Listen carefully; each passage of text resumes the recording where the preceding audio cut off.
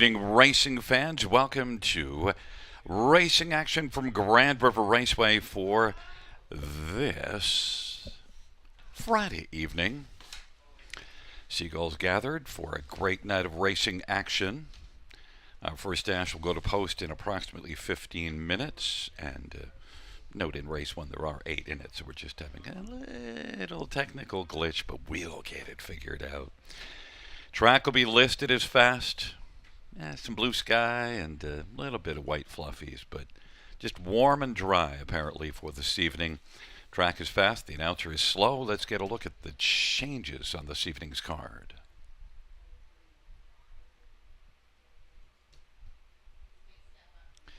And note in race number 1, there are no changes.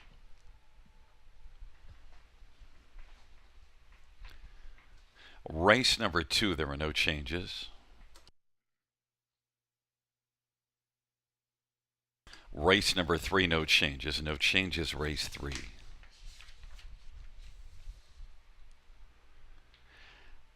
Race number 4, no changes.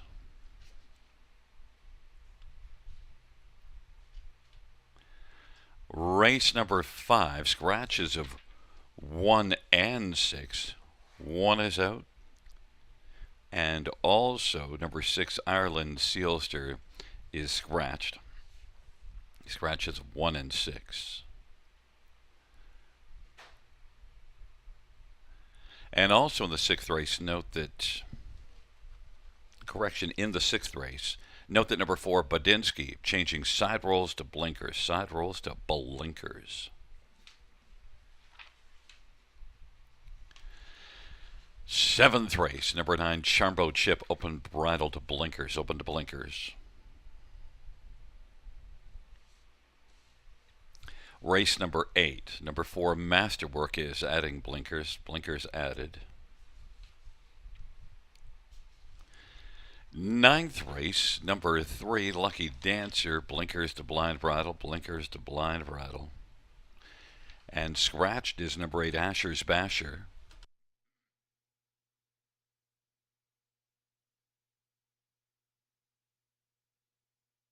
And also note steel to aluminum shoes behind in the 10th race on number 8, Stilton Gold. Number 8, Stilton Gold, we have blinkers to blind bridle, blinkers to blind, and steel to aluminum shoes behind.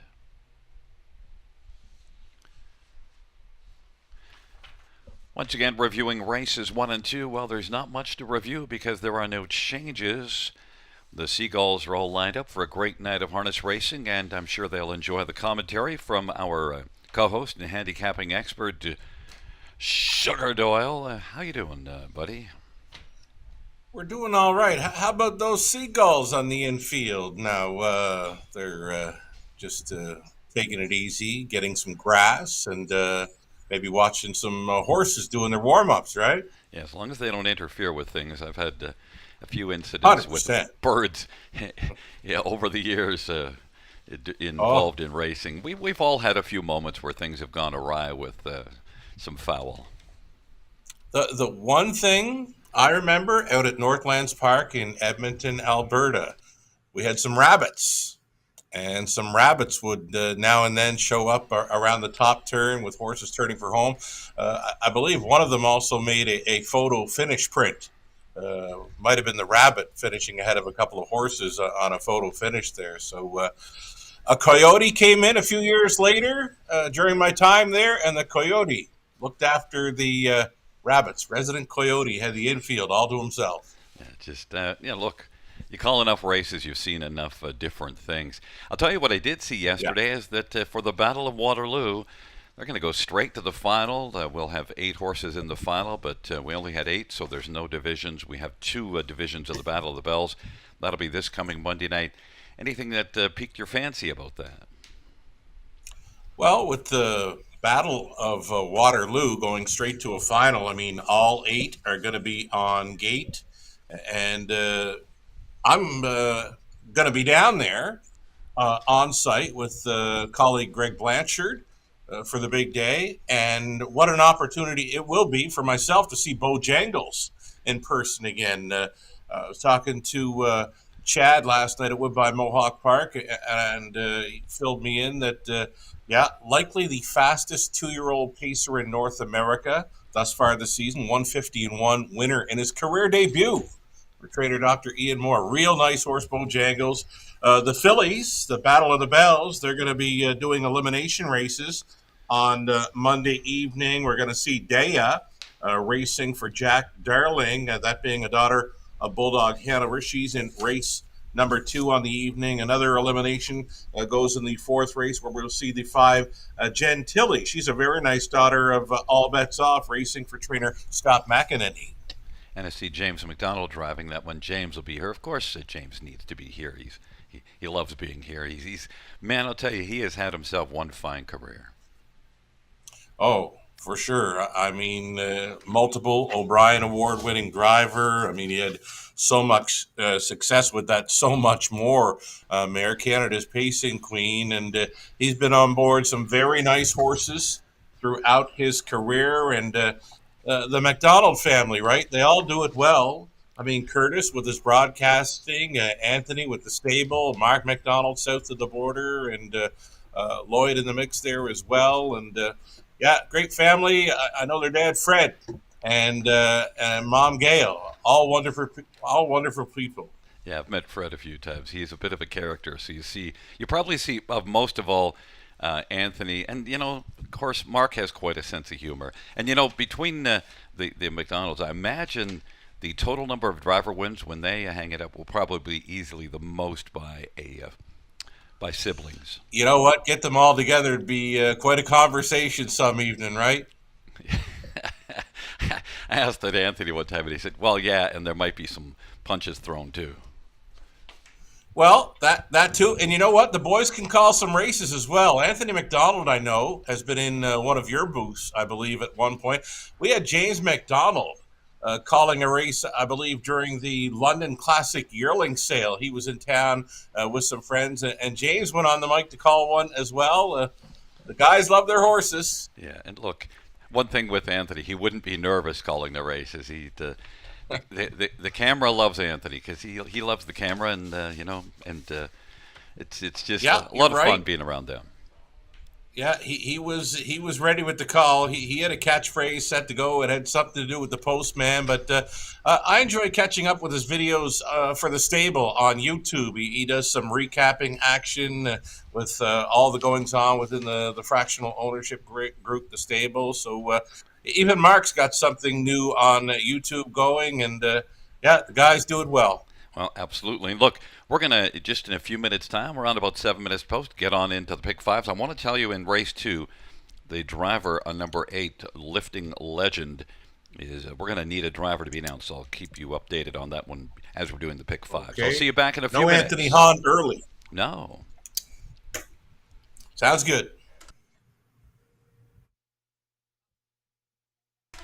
Fans hot off the presses, Brett McDonald will drive number 8, Lifting Legend, in race number 2. Race 2, number 8, Lifting Legend, Brett McDonald.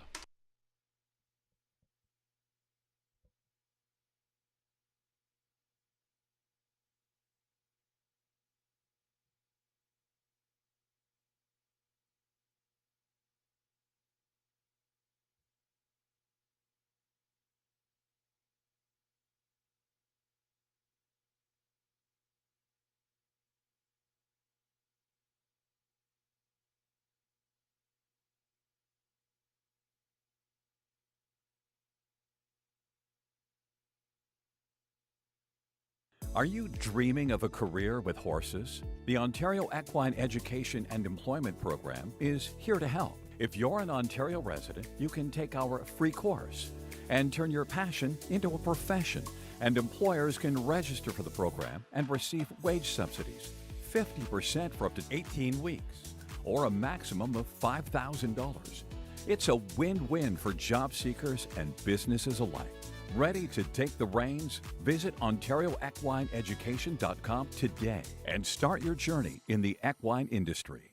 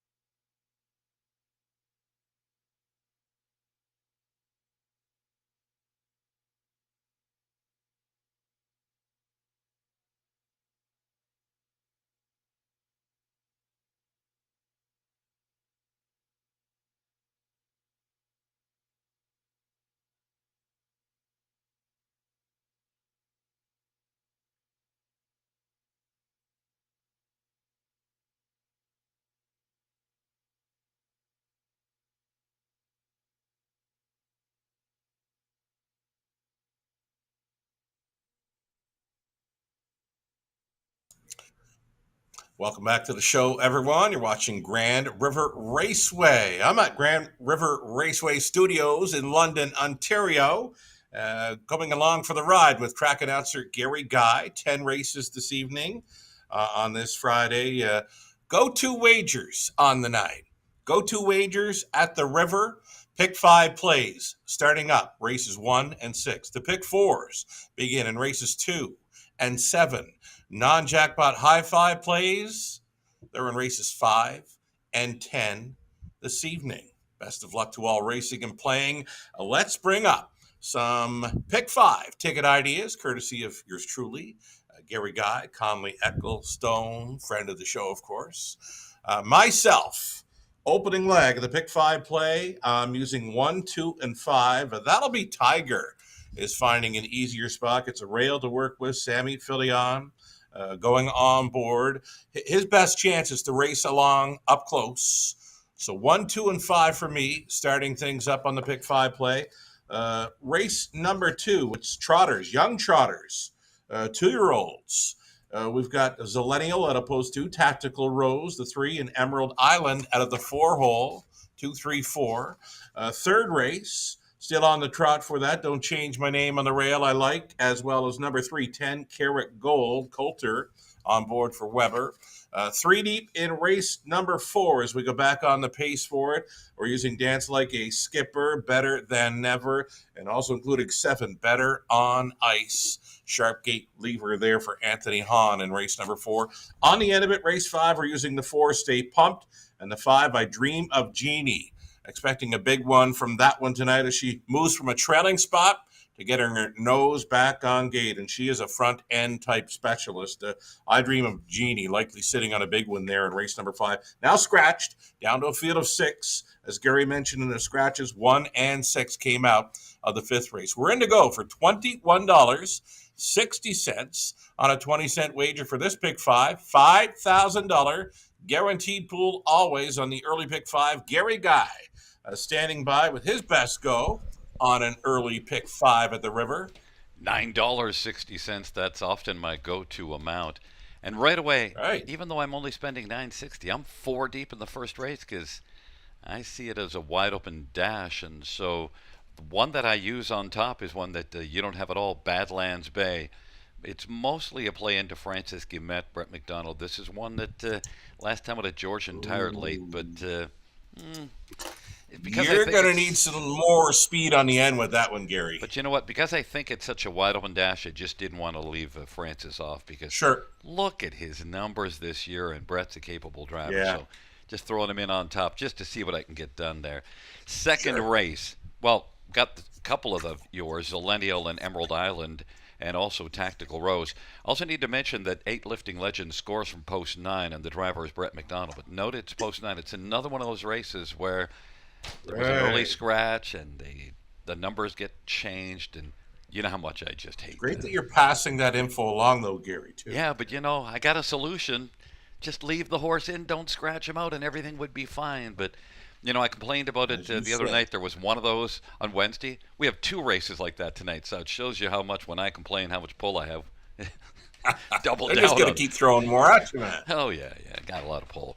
Race number 3, 10 Karat Gold. We both like that one on top, but I went to a second one. You went with Don't Change My Name. I went to Wells Fargo. So, I don't know, just... second time Lasix angle. Yeah, Sean Stacy coming in from Woodbine. Just some positives. And race number 4, we're on the same ones. Same idea. We both think Better Than Never is the one that's best in there. And race number 5, the scratches didn't bother me because, you know what? I only have one horse, and it's I Dream of Jeannie, which is your top one. I left off Stay Pumped, but I respect that. It's just, I wanted to single up. I got my streak of singles going. It could be in trouble with I Dream of Jeannie. I don't think you should have too much trouble in there. I mean, she's a front end type. Trailing spot last time out. We both figured it was going to be a little tougher for her. Gets quite easy for her now with just a field of 6 now, and she's going to leave right behind the car.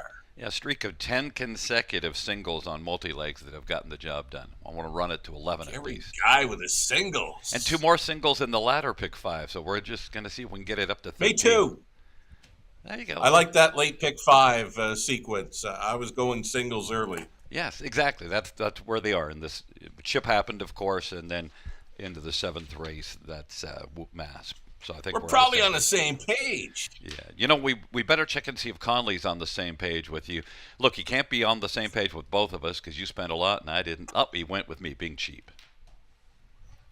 Conley's always great at finding a single through his sequence. He's going to use it in the middle leg, race number 3, to open it up. He went outside for some price players, double digits right now on both the 7 pick a genre and the 8 Papiamento. Race number 2, he's using 2 Zillennial, and then he's going to the trailing spot now. Like you said, Gary, 8 Lifting Legend, leaving from post 9 in the second race. Brett McDonald will be driving that 8 from the trailing spot. Race 2, Conley single, number 3, 10 Karat Gold in the third. I'm liking that. He's deepest of all. Race number 4, the pacing event.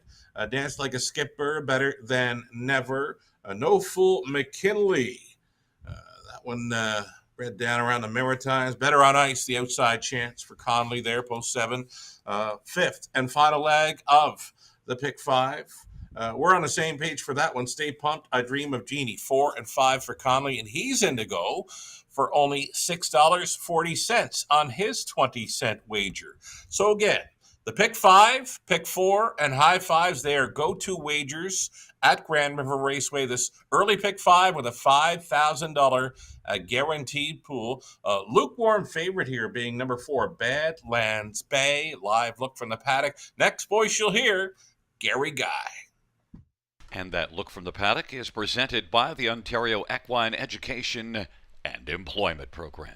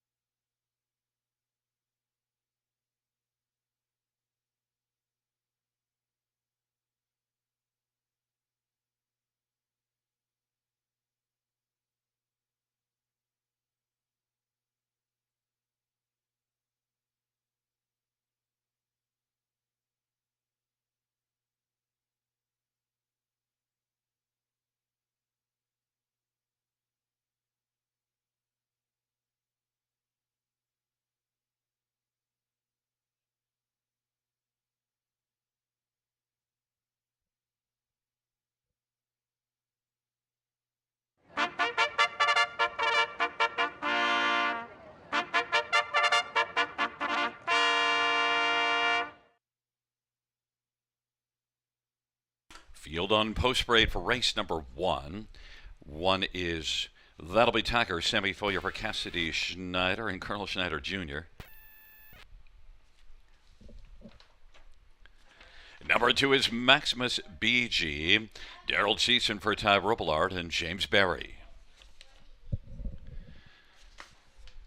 Number 3 is Bet on Brett, Phil Hudon for Randy Ertl and Corey Guthrie. 4 is Badlands Bay, Brett Madonna for Francis Gibbett and Nicholas Susi. Number 5, Serial Killer Andre Goy for Courtney Robson. Number 6, Mark Jacobs, Mark McDonnell for Darrell Laver and Leanne Davidson and Martin Blaisdell. Number 7, pick a genre, John Barrington for Shane Barrington and Kayla Hendry and Janai Gallant.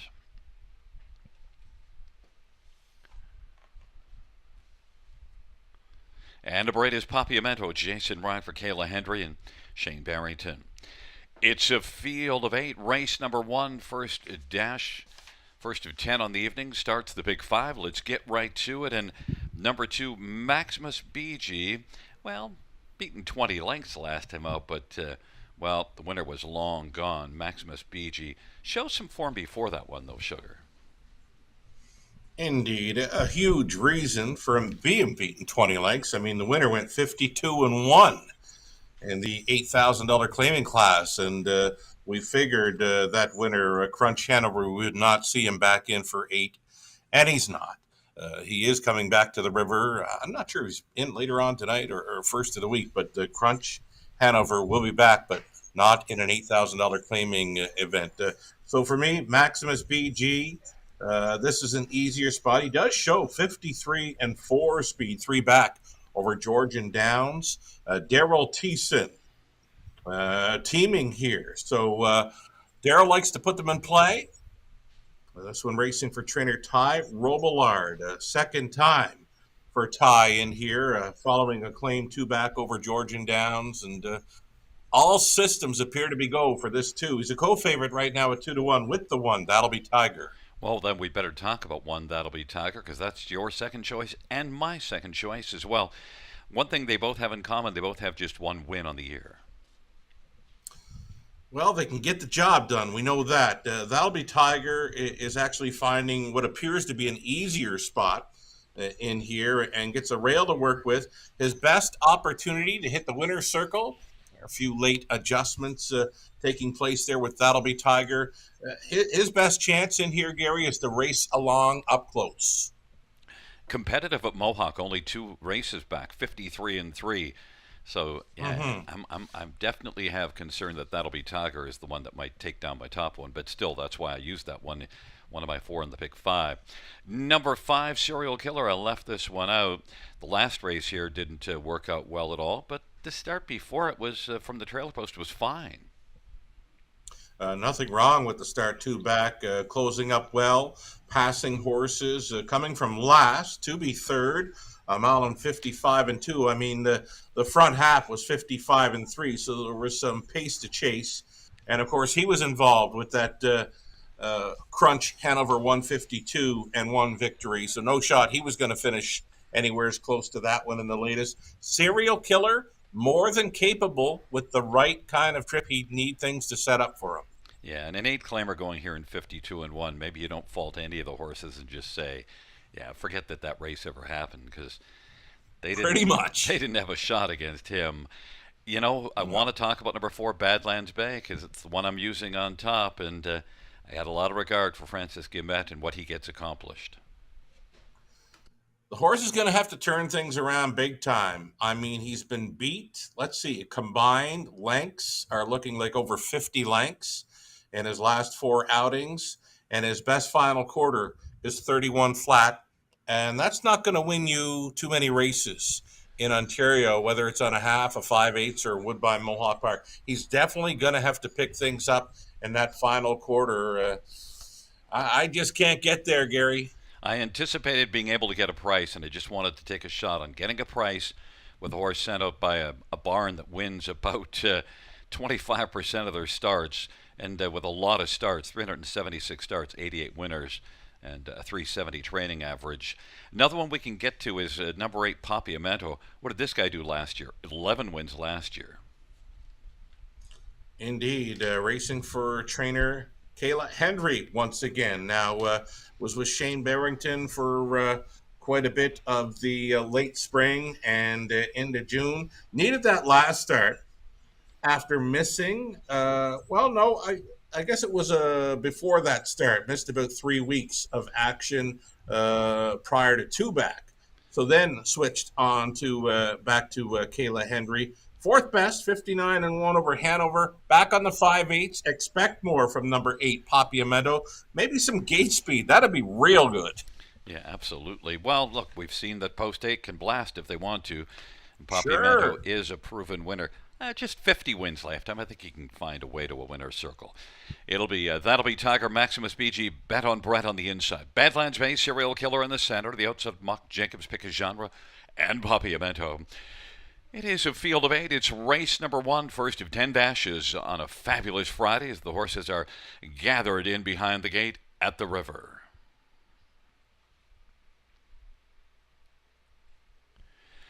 And the field for race 1 is at the start, and they're off and getting out quickly right now.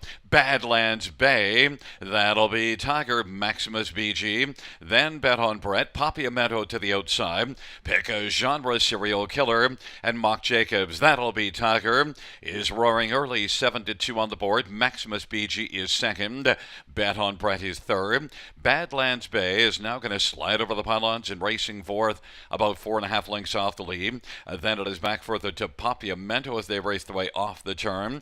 Then it is back to Pick a Genre on the inside, and traveling on the outside now, Serial Killer and trailing is Mock Jacobs, and they head up towards the half of a 27-3 opening quarter. That'll be Tiger's got the lead for Sammy Fillion. Racing position second, Maximus BG, and they head up towards the half. Bet on Brett is third. Badlands Bay is angled towards the outside, looks to flush cover, but is not going to get it, so now has to come first over.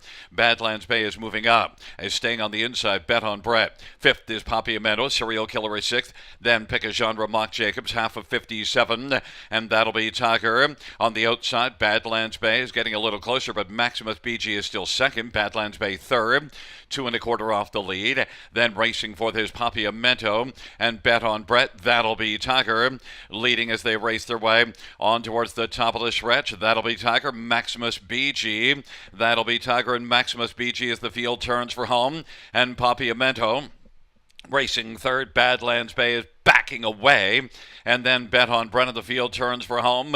That'll be Tiger. On down the stretch drive, that'll be Tiger, and Maximus BG is getting closer. Maximus BG now coming to the finish, bearing out at the finish, but will win it. Up the inside, Papiamento, then that'll be Tiger, and bet on Brett. Maximus BG, even money on the board to start that pick five, and your top one, Sugar. Yeah, I had to like him in there. Fourth best against a Gonzo type winner in 52-1 last time out. He was pacing his mile 56-1. Well, tonight he wins in 55-1, just 1/5 of a second off his lifetime best. Second time for trainer Ty Robillard here with Daryl Thiessen teaming. Perfect pocket ride to victory. Well-meant winner here, and just all worked out for him. And you were right to disregard fourth beaten 20 last time out and just comment, yeah, well, it was crunch Hanover. He crunched the field. And but Maximus BG comes right back. You saw the form before that last race, so it was easy to maybe just throw that one out. I was a little concerned with only one win on the air because I don't like horses that are too camera shy. But you know what? This whole field isn't exactly winning a bunch on the season. That's why they're in this bottom class. Well, Gary, there's not a whole lot of them in there showing a 53-4 mile over Georgian Downs where they come home in 27. That trip, three back, certainly popped off the page for me, and any kind of trip at all, and he was going to go to the winner's circle. Just like that, he is at even money. 2, 1, 8, and 3, the top four unofficial. You might think that somebody who announces at Georgian Downs would kind of remember that. Georgian Downs, your track, man. But you filled me in on lots. I mean, no slanted gate there, no passing lane at Georgian, and horses can go a little quicker over Grand River Raceway, it appears. Yeah, I filled you in, but I didn't follow my own thinking. And we wound up with 2, 1, 8, 3, and your top two, a 2 and a 1. So you're starting people off in the right direction. To Maximus BG, a 5-year-old Art Speak Bay gelding up at Shamesbury, trained by Ty Robillard. Daryl Thiessen, double barrel Daryl Thiessen guns them down in the first. Second win on the season for Maximus BG, 8th lifetime. 155-1.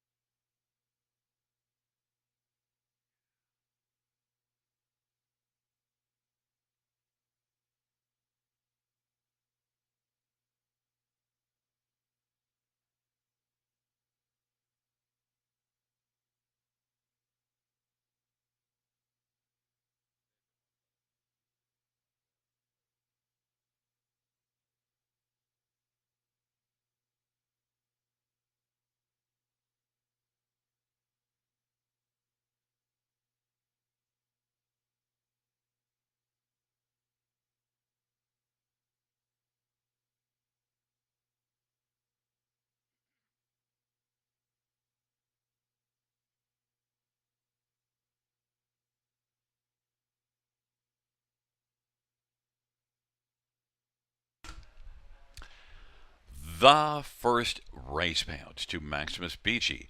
410, 250, and 210. 1, that'll be Tiger, 380 and 310. And 8, Poppy Met with 380. $2 exactor, $12.10. Dollar try, $28.10. Dollar super, $111.45. 20-cent super, $22.29.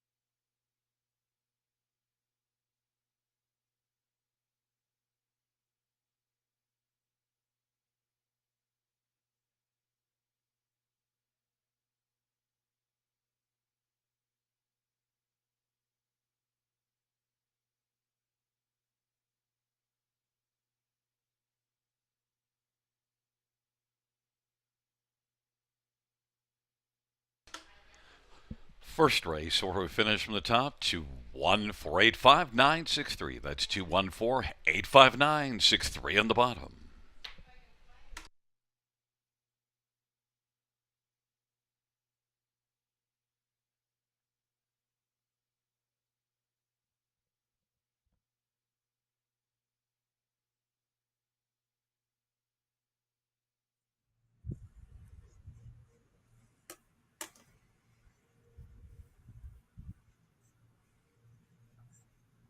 We are back, and we're now going on to race number 2, switching to trotters, 2-year-old trotters, and looking like a field of maidens. Yes, indeed. Maiden 2-year-old trotters are up next. Going to be 7 on gate plus a trailer in here.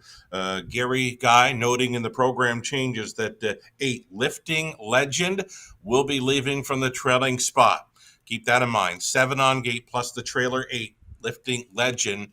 Race 2 to open up and early pick 4 play. This is a $2,500 guaranteed pool. The pick 4, part of the go-to wagering menu at the river. Let's bring up some ticket ideas then. Myself, Gary Guy, Conley Ecclestone have mapped out, done our best to try to find a winner on the multi-leg wagers here at the river. Race number 2, I went 3 deep in here with 2, 3, and 4. Zillennial, Tactical Rose, and Emerald Island. Like that for me, 2, 3, and 4, and they're both Well, all three are pretty much price players here thus far in the early going. Third race trotting event, we're on the one. Don't change my name, as well as 3 10 Carat Gold. Race number 4. Dance like a skipper, better than never, better on ice. 237. If there was another one I would have included in there, it would have been the 5 Poet Laureate, making the second start back off a layoff. Maybe think of throwing that 5 in there for race number 4. And on the end of it, in the 5th race, the 4, Stay Pumped, and 5, I Dream of Jeannie's going to love getting her nose back on gate there in the 5th. Reduced field of 6 now with the scratches of 1 and 6 in race 5. In to go for just $7.20 on the 20-cent wager. Again, $2,500 guaranteed pool here on the early pick 4. Gary Guy has a ticket to look at here as well. Again, maiden 2-year-old trotters. Starting things up here, Gary goes to the 2, Zillennial, and 4, Emerald Island.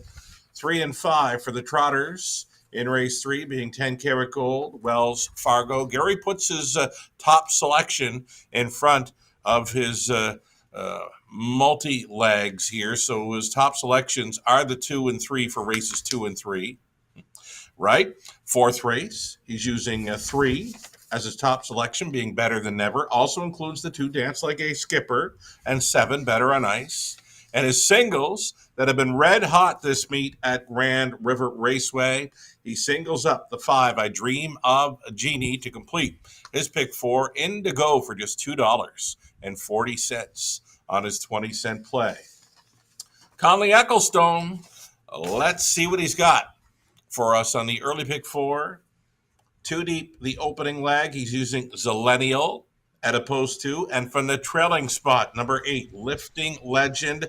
That one will be driven by Brett McDonald, by the way. It's the early favorite here at 8-5. Number 8, Lifting Legend, leaving from the trailing spot. Driver change to Brett McDonald. 3rd race, a single for Conley, is the 3, 10 Karat Gold. Conley opting to go deepest of all in race number 4. He spread them out with 2, 3, 6, and 7 on the pace. Final leg of this pick 4 play for Conley. He's on 4, Stay Pumped, and 5, I Dream of Jeannie. I kind of like Conley's sequence selections here for the early pick 4. I got a question for you, Sugar. Did you happen to see how much money out of the pick 5 disappeared, even though the even money favorite won in the first? I did not. 2/3. But I know the money was spread around pretty good there, until the late action came for that 2-horse that won it. Yeah, 2/3 of the money disappeared out of the pick 5, even though we got an even money favorite. That is odd. And you know what? You gave them the 2 on top, and yet people were disregarding you in the multi-legs. So people don't listen to the Sugar, man. Well, they might want to. And by the way, you said hot throughout this meet with the single. No. I was bad early, and then I figured it out. Well, you're red hot with the singles now. Yeah. You're saying going for 10 straight tonight? Yeah, but I'm just saying only the last 2 or 3 weeks. Before that, don't count that as red hot. That was not hot at all. I had to go back to the drawing board and figure out where I was going wrong. You know what? We can be hot. We can be cold. There's that place photo. It was very close. Poppy Amendo, if he'd have been closer throughout, Gary, he might have given the win a scare. Yeah, and that was the one that Conley used the 7 and 8. We didn't touch the 7 and 8 at all, and he used only the 7 and 8. So every once in a while, Conley throws in something that you think, what? And then it's like, oh, okay, I see it. Yeah, you know what? You got to keep an eye on his selections. I mean, he won a few weeks ago here with a 10-1 shot in his top play, and I give Conley the kudos for doing what he does. He sees things outside the box. Lots of time. What's that on the one's nose? He got a popsicle stick sticking out of it? No, it just looks strange. Sometimes on photos there's something that shows up in a photo. You think, what is that? We're going to talk to you right after the post parade. We'll look at the second race, but you know what? That's the Paddock Camper, presented by the Ontario Equine Education and Employment Program. And there's a look also at Ralphie center stage on camera.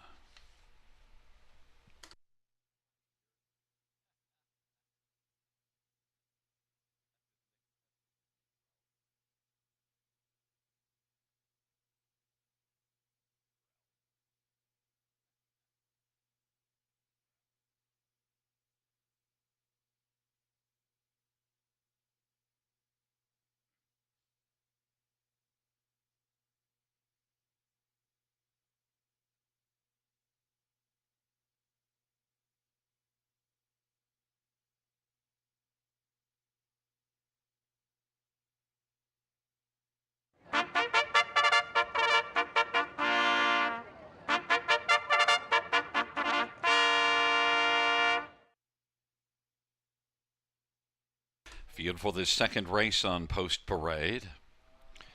One is Anti-Hero, Nick Boyd for Blair Burgess. Number 2 is Zillennial, Jay Harris for Lacey McCabe and Glenview Livestock and Cheryl Cherry. 3 is Tactical Rose, Phil Hudon for Arakawa Fellows and Yolanda Fellows and Blair Corbeil and Windermere Stable. Number 4 is Emerald Island, Scotty Quilter for Shane Weber and Tom and Elizabeth Rankin. Number 5, Blue Jean Gal, Xavier Bruno for Julie Walker and Leonard Campbell. Number 6, Bella Chica, Corey German, drives and trains for Brenda German. Number 7 is Silver Detector, Sammy Filia for Jeff McGuire and Silver Stables. And note it's the trailer post for number 8, Lifting Legend, Brett McDonald for Dominic Ladew and the stable. It is a field of 8 for race number 2. And, we're going to start with number 2, Zillennial. We both like this one on top. And, I've been favoring some of Lacey McCabe's stock, and I think this is another one here that, I'm going to try on top. I like the look of this 2-year-old son of Alarm Detector. Was able to pass a horse late and trot home in 29-1. Career debut. Mile time over the river, 2 minutes flat. So does have experience at Grand River Raceway. Clean lines throughout, pair of qualifiers, and then the career debut to be fourth. Like I said, home in 29-1 and a mile and 2 minutes flat. It's good enough to go with these and possibly beat these. 2-1 favorite status right now does not surprise me. We both went to the same one as the threat to Zillennial. Number 4, Emerald Island, Scotty Quilter to Shane Weber. First career start, though. Nice price player. The qualifiers look fine, clean in both of them. Over the big track of Woodbine Mohawk Park. Home in 29 flat, late June, 2-3-1. And then was third, home in 29-3 for a trip 2 minutes 4/5, the latest, July 11. This would be a daughter of Green Shoe. The biggest surprise for me in this maiden 2-year-old trotting event, Gary, there's not one in here sired by Green Manalishi. Yeah, because they've been really getting the job done. Of course, this one, you do have to look across when you look at the breeding. The price at Harrisburg, $138,000 is the yearling price. So we're looking at one that's supposed to be a good horse. It doesn't always turn out that way, but at least is one that is supposed to be. How about number 3, Tactical Rose? Well, this had a couple of starts now, and neither one of them went right. Breaks in both. Yeah, the latest, though, it's a qualifier for Woodbine Mohawk Park. It gets her to the races, this daughter of Tactical Landing, using the trotting hobbles. And Phil Hudon is going to drive. He was on for a couple of qualifiers for Trader Kyle Fellows. Tactical Rose, I've got her pegged as a top 3 threat, mainly just to be best of the rest here. 2 and 4 were kind of popping off my page in this one. One that I thought you might get a bit of value on was 8, Lifting Legend, because I thought some people might not know to. But, actually, when you think about it more normally, you'd like the trailer post better than post 8. But in this case here at Grand River, I think I'd rather have post 8 than the trailer post. I bet the connections would rather have post 8 as well. This one racing for the stable outfit, Anthony McDonald, stable, fractional ownership group, have the 8 Lifting Legend, Dominic Ladew conditioned, Brett McDonald, now catch driving. I'm sure this son of Muscle Mass would rather have the nose on gate. These are maiden 2-year-old trotters, lots of inexperience set to go here, Gary. And one more that I want to talk about is number 7, Silver Detector. Sammy Filia, J.F. McGuire, very strong connections. J.F.'s got a 372 training average. This is one who's had 2 qualifiers, both of them here. Yeah, I kind of like this one. The outside chance, right? And one of the longest shots on the board in here. Sammy Filion teaming up with McGuire. That's a pretty good combination at any of the half-boiler and 5/8 tracks in Ontario. Yeah, and this is one that's a homebred, and Silver Detector. I just, I can get behind JF McGuire all day long, just the same as in the first race. It didn't work out for me, but I've backed a lot of Francis Guillemette and gotten very strongly rewarded by being on side with him as well. Right on. I agree. I like when McGuire brings his horses into London when they win. Happy people, always waving from the winner's circle. Sometimes you'll back a horse that doesn't make sense, but you're backing the barn that keeps on working out for you. So you go back to the well that's had water for you every time you went there with your bucket. We'll do that sometimes. It's a field of 8 for the second. Anti-Hero, Zillennial, and Tactical Rose on the inside. Emerald Island and Blue Jean Gal to the outside. Bella Chica and Silver Detector. And the second tier, Lifting Legend. It's a field of 8. It's the second dash on a Friday night at the river.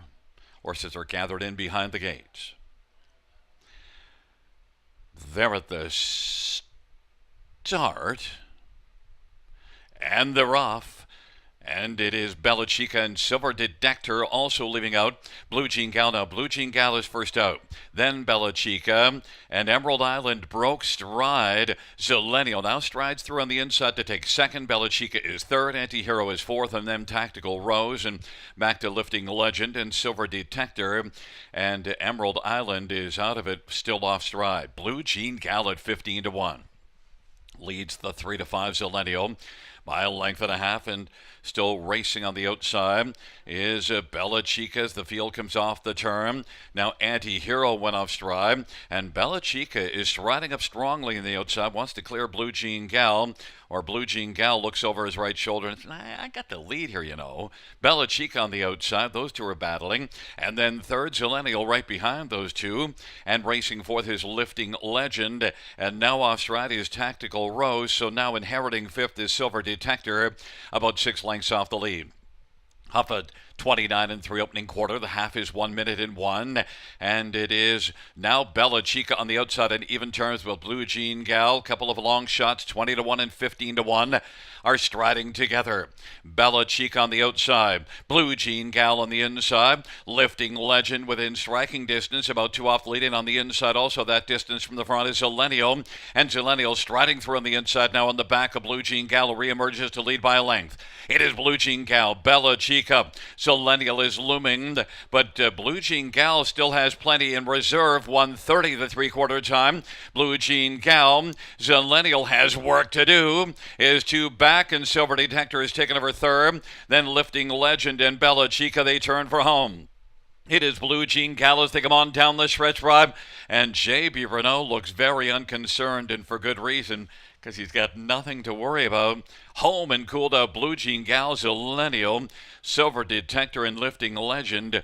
159-1. Blue Jean Gal victorious. Goodbye multi-leg tickets. A lot of those just hitting the floor there right now, Sugar. You know what? Never an anxious moment here for Burt Renault on board Blue Jean Gal. I mean, no urging required. Was challenged throughout by the 6 Bella Chica and put away that challenge going into the far turn and was able to kick home. And 29-1 Zillennial at 3-5. Perfect trip in there. Could not make it up. Blue Jean Gal was meant to win this race. Burt Renault never lifted a line, never even spoke to this daughter of Trixton. Yeah, and the price that you're seeing, you see a couple of breaks, one in a qualifier, one in a grassroots. In that last qualifier, Georgian had a 57-1 middle half. The one thing that maybe I held against Blue Jean Gal then came home in 30, but that 57-1 middle half, maybe JB said, yeah, I've seen enough. I don't need to wear her out. She's flashed. Yeah, you know what? If you look closely at that line like you just did, and now I'm looking at it too, she was well back throughout, but they were getting home very nicely for a 2-year-old over Georgian. So if you want to go back and look at that line closer, you could probably find her in there. But you know what? Maiden 2-year-old trotters, I guess if you're going to go deep throughout this pick 5 sequence, that would have been the race to do it. And you would have been rewarded with a 15-1 shot putting away a 3-5 favorite. One idea I used to try last year with Rob sometimes is go light in some other ones and then go on the all on the maiden trotters. Oh, for sure. Well, if there was an all button in this sequence, race two was it. Again, you'd have been rewarded at 15-1 with a heavy hitter now out of that sequence. Number two, Zillennial, would be second best. Well, enjoy your 15-1 on Blue Jean Gal. You won't be getting that next time out on Blue Jean Gal. We've seen this one flash. One pretty handily, Blue Jean Gal, 2-year-old Trixton Bay filly. Owned by Leonard Gamble. Julie Walker is the trainer. J.B. Renault, the winning driver, Blue Jean Gal. She had her blue jeans on tonight and got them home in front of the field. 159-1.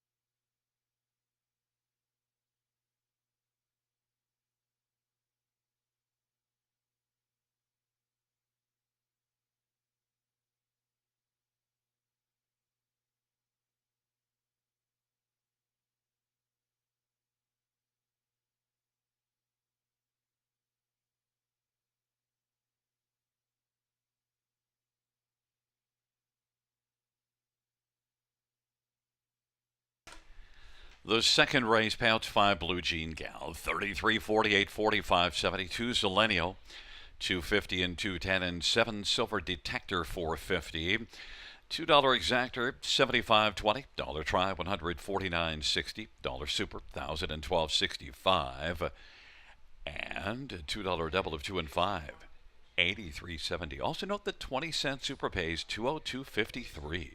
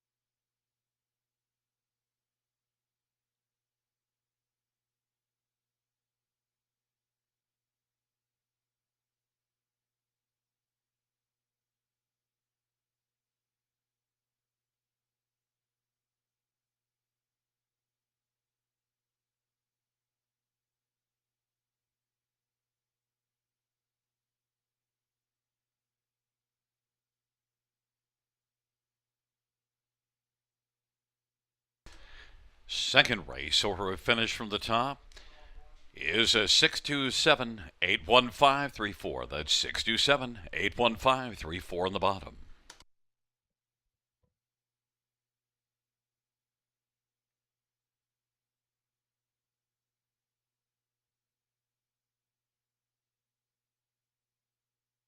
I'm Natasha Day. I train and drive harness racing horses at London, Ontario. These are my main products that I use in my racehorse barn that are all Omega Alpha, the Biotic 8, the Immune Plus, the Anti-Flam, which is great for the horses after they've had a hard day racing. The Biotic 8, I swear by it. Get all the dapples out, gets the old coat out, gets everything pumping and moving and makes the shine really come out.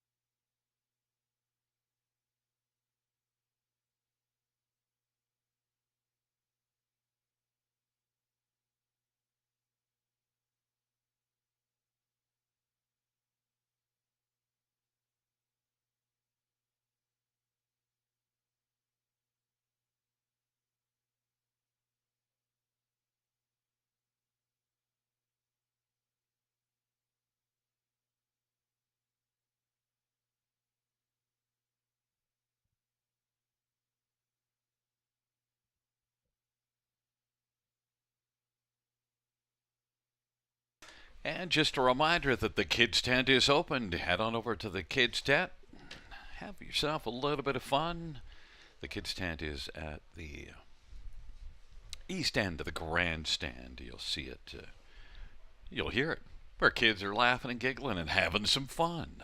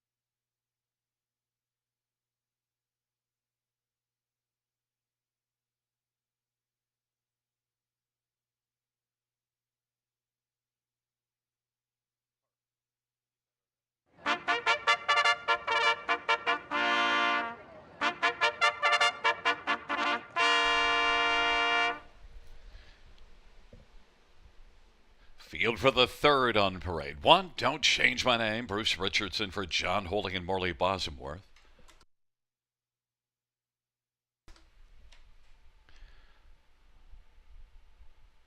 Number 2 is Trophy Wife, Anthony Hunt for Mary Ratchford.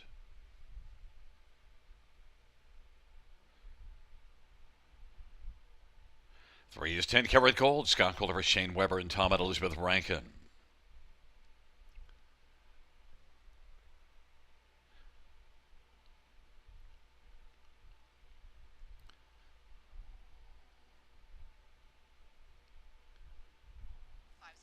Number 5 is Wells Fargo, Phil Houdon for Sean Stacy and Robert Gillespie and Hudson Stanibred.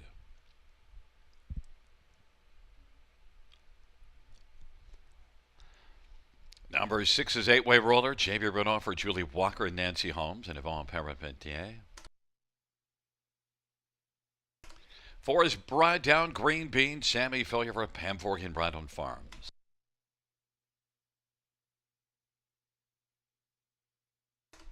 Number 7 is Sweet Emily T. Mark Etzel drives and trains for Lindsay Turner and Don Burnett.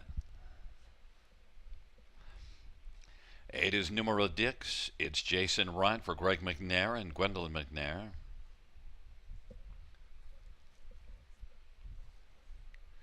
And 9 is Road Promises. Mike Horner drives and trains for RAW Equine. Let's get a look at this field.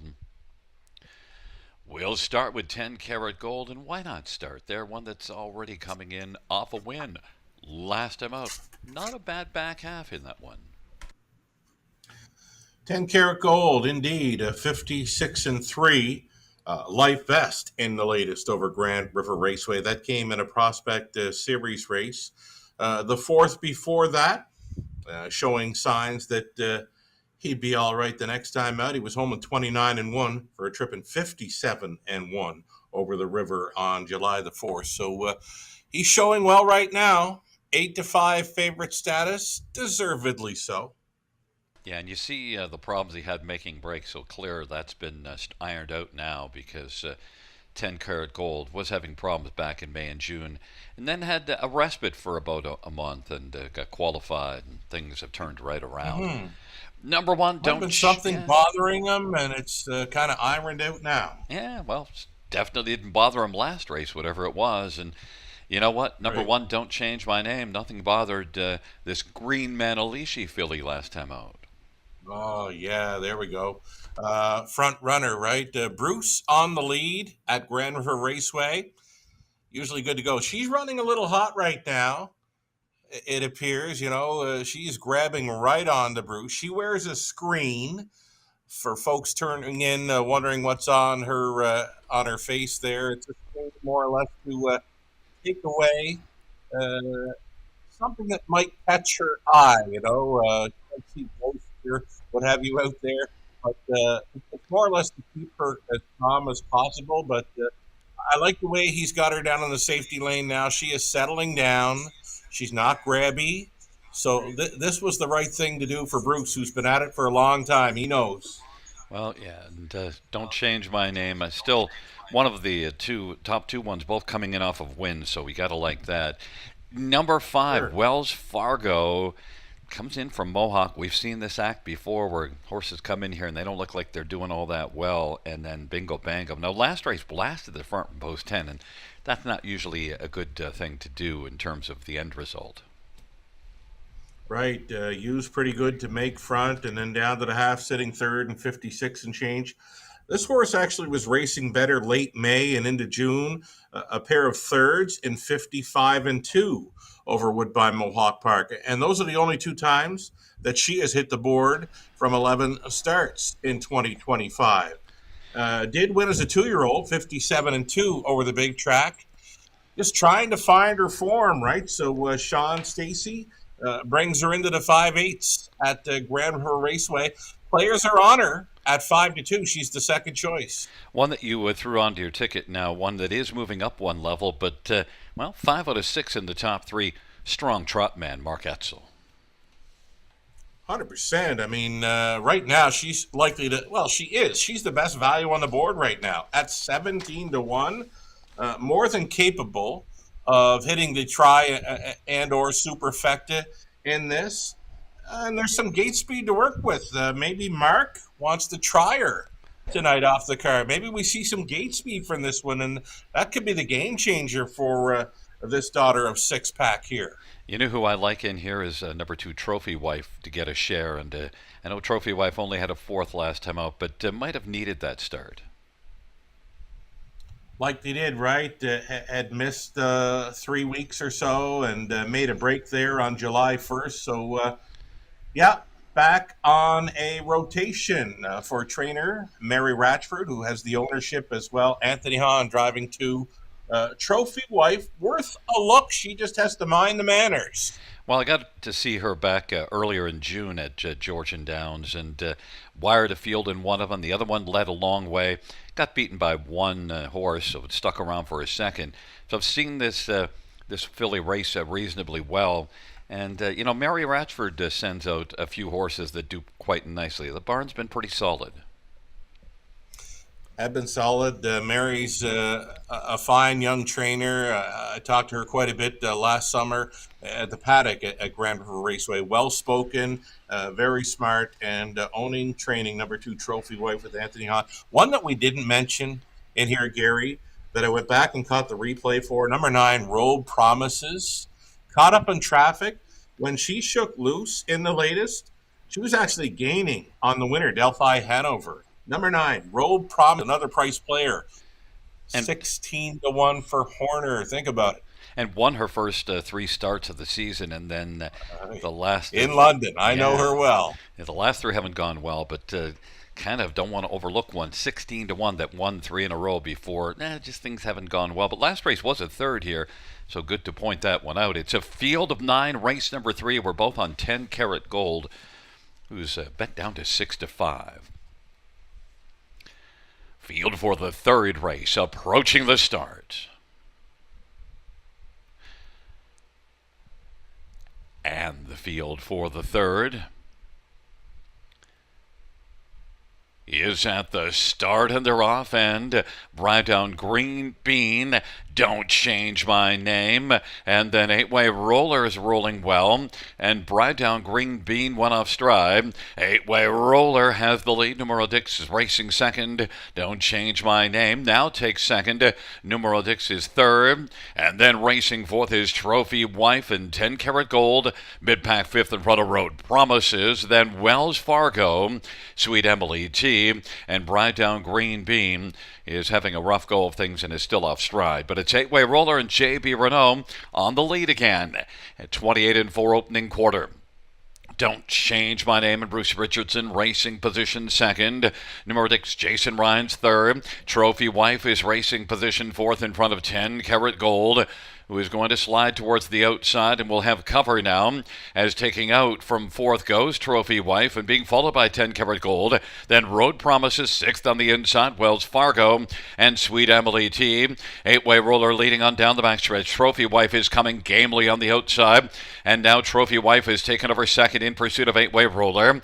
Don't Change My Name. 10 Karat Gold is racing well spotted and is moving up on the back of Trophy Wife, who's come alongside the leader 8-Way Roller.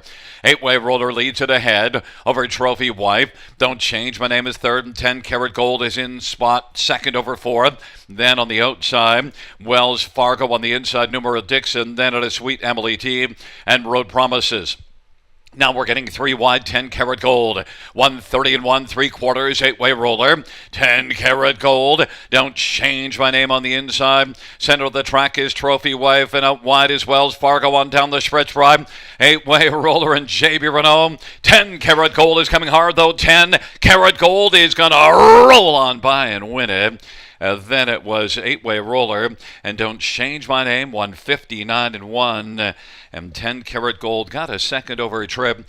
And although didn't get by until late in the mile, I felt reasonably confident that that's what we were going to see, Sugar. Bert Renault trying again there in the third. Almost worked to perfection, but 10 Karat Gold, just too much pony. There for the connections, comes right back, doubles up at the river. likely flashing 28 and change again on the end of the mile there. 10 karat gold, son of Rundit Rector. Nice trotter and going in the right direction for sure.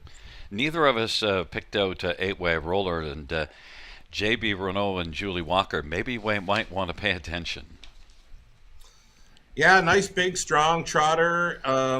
If you've got gate speed with anything at Grand River Raceway and you're leaving from an outside gate, which is what eight-way roller just did, crossed on over, went along unchallenged for a long ways. Like they're at the half in a minute, three quarters, 1:30 and 1. Didn't see that coming. An upset possibility indeed. 24 to 1 off of soft fractions, just getting picked off very late.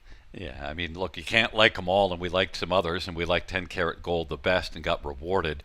And you liked Don't Change My Name as your second one, and finished third. Don't Change My Name. Bruce got this one well positioned. We saw the gate speed last time winning, and that was the key there again. Was able to get a trip. Yeah, indeed. And I'm not sure what got fourth. Was it the 99 to 1 shot? Indeed. The 8 horse was showing early speed in there and is going to blow up this superfecta. Yeah, I wasn't sure if Wells Fargo was right there with the 8, but didn't get fourth. So, yeah, that's going to explode that super. Even though you have 3 to 5 on the top, it'll help the price because it's not being helped by 3 to 5. 10 karat gold winning 3-year-old Run Director Bay Gelding, owned by Tom and Elizabeth Rankin. Shane Weber, the trainer. Scotty Coulter, the Tan Tornado victorious. It's a second win this year, third lifetime, 10 karat gold.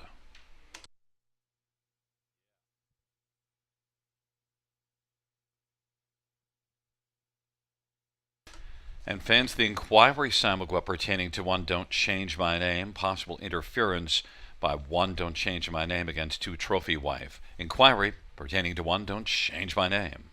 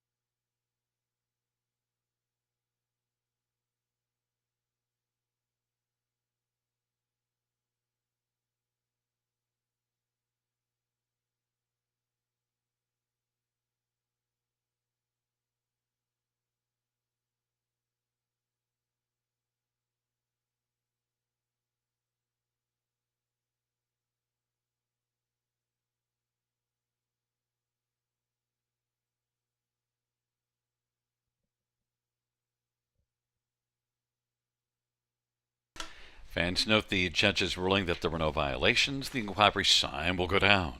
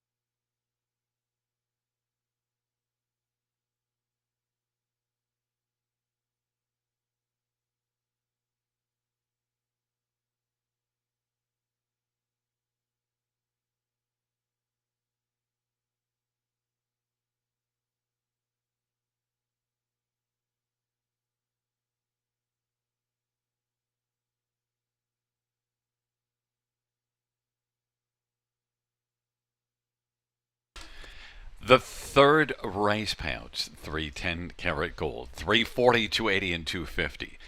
8-way roller, 860 and 730 and 1. Don't change my name for $32 exactor, 32.50.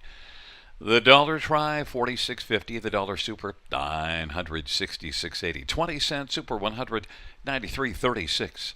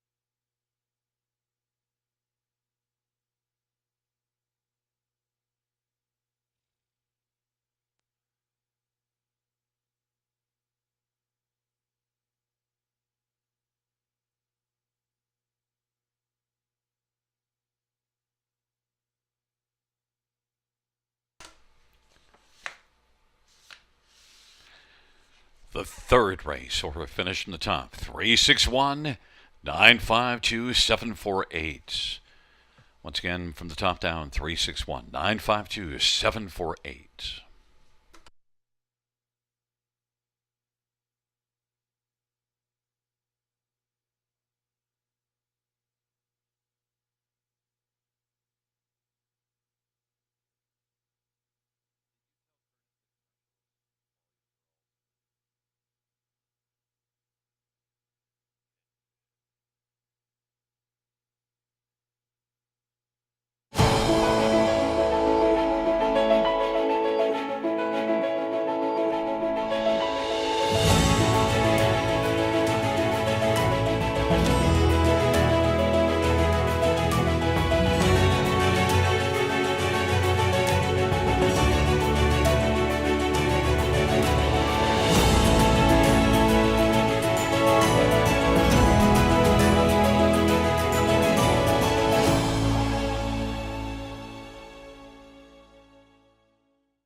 Winbank Farm graduates have earned close to $465 million and have won nearly 50,000 times, selling yearlings eligible to Delaware, Indiana, Kentucky, New Jersey, New York, Ohio, Ontario, and Pennsylvania, producing yearlings from outstanding sires including American Ideal, Bettor's Delight, Cattle Wash, Courtly Choice, Father Patrick, and the Great McWicked. For more information, winbackfarm.com.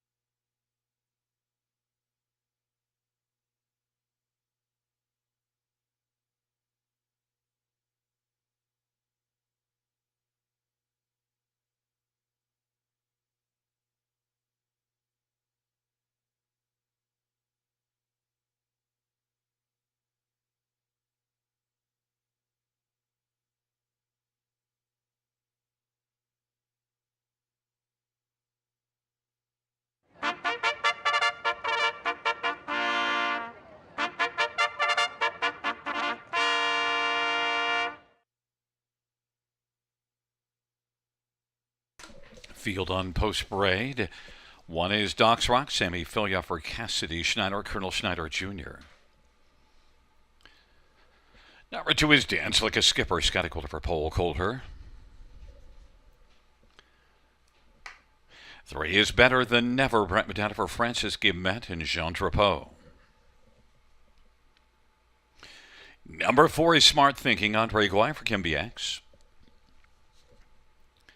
And 5 is Poet Laureate Jason Ryan for Chantel Mitchell and Howard Taylor and Judith Taylor. Number 6, No Fool McKinley, Daryl Teeson, Verdero Lever, and Leanne Davidson and James Grant and Adrian Sharma and Sally Peacock. And number 7 is Better on Ice, Anthony Hunt for Dale Fritz and Edward Aitchison. Field of 7, race number 4. And, number 3, Better Than Never, is the one we both like, Sugar. But you know what? I think there's a lot of different possibilities that could win in here. We like this one the best, but I'm not extremely comfortable with Better Than Never.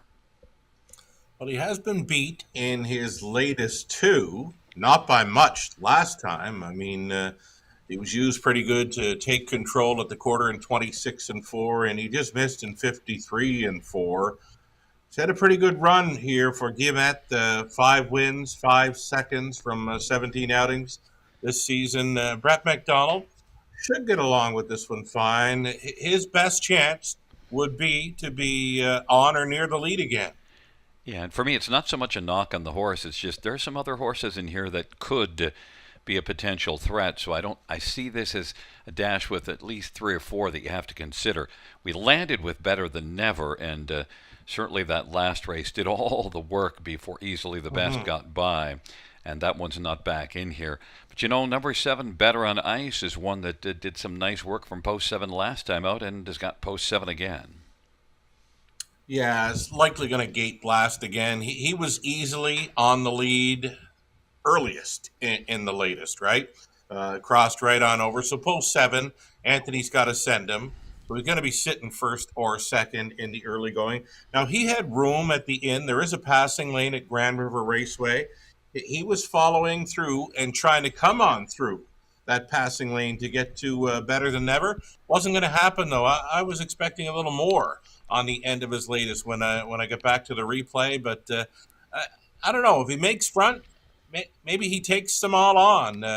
If he gets a taker, if he gets a challenger coming to him, maybe it's a trip downtown, a try at least today.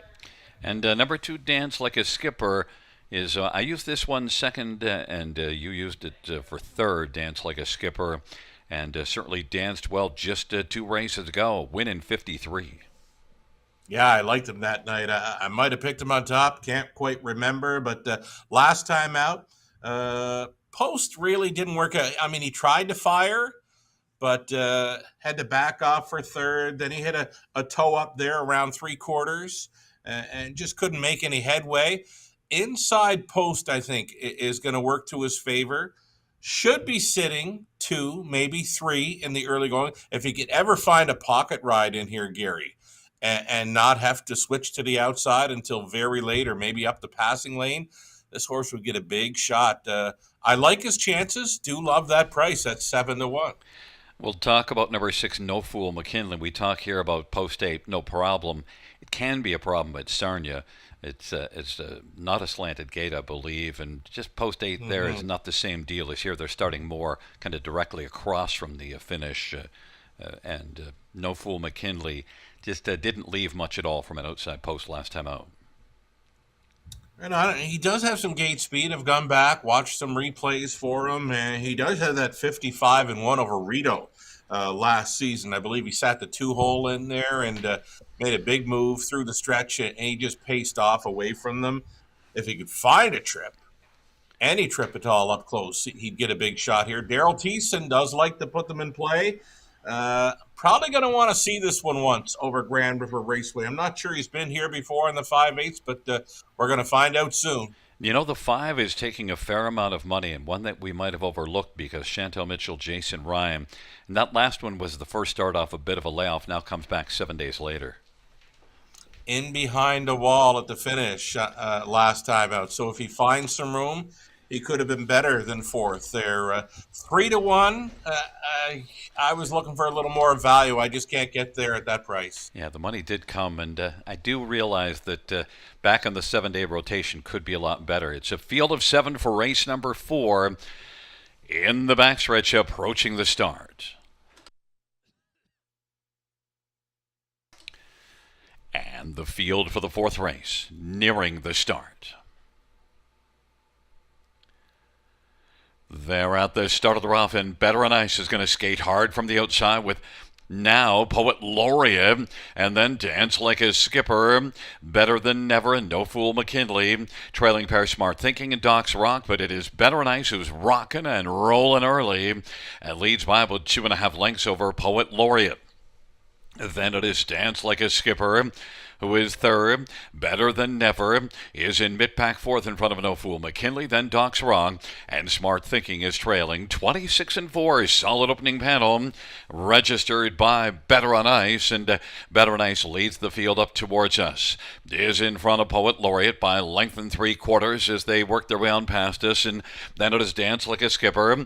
Now Better Than Never is going to come to the outside and come first over. Then Smart Thinking, No Fool McKinley on the inside. And as they race up towards the half, it is Doc's Rock trailing the field. Better on Ice at 8-5 on the board's got the lead. And on the outside, Better Than Never working up a little bit closer. Better Than Never 5-2 on the board is racing second and bearing down on Better on Ice. And third is Poet Laureate in a good spot. Dance Like a Skipper is fourth. Then it is back to Smart Thinking and No Fool McKinley. And Doc's Rock is still rocking a trailing spot. It is Better Than Never trying to wear down Better on Ice as they race on by 3/4 off a half of 56, 3/4 124 and 3. Better on Ice and Better Than Ever. We'll see which better is better as the field turns for home.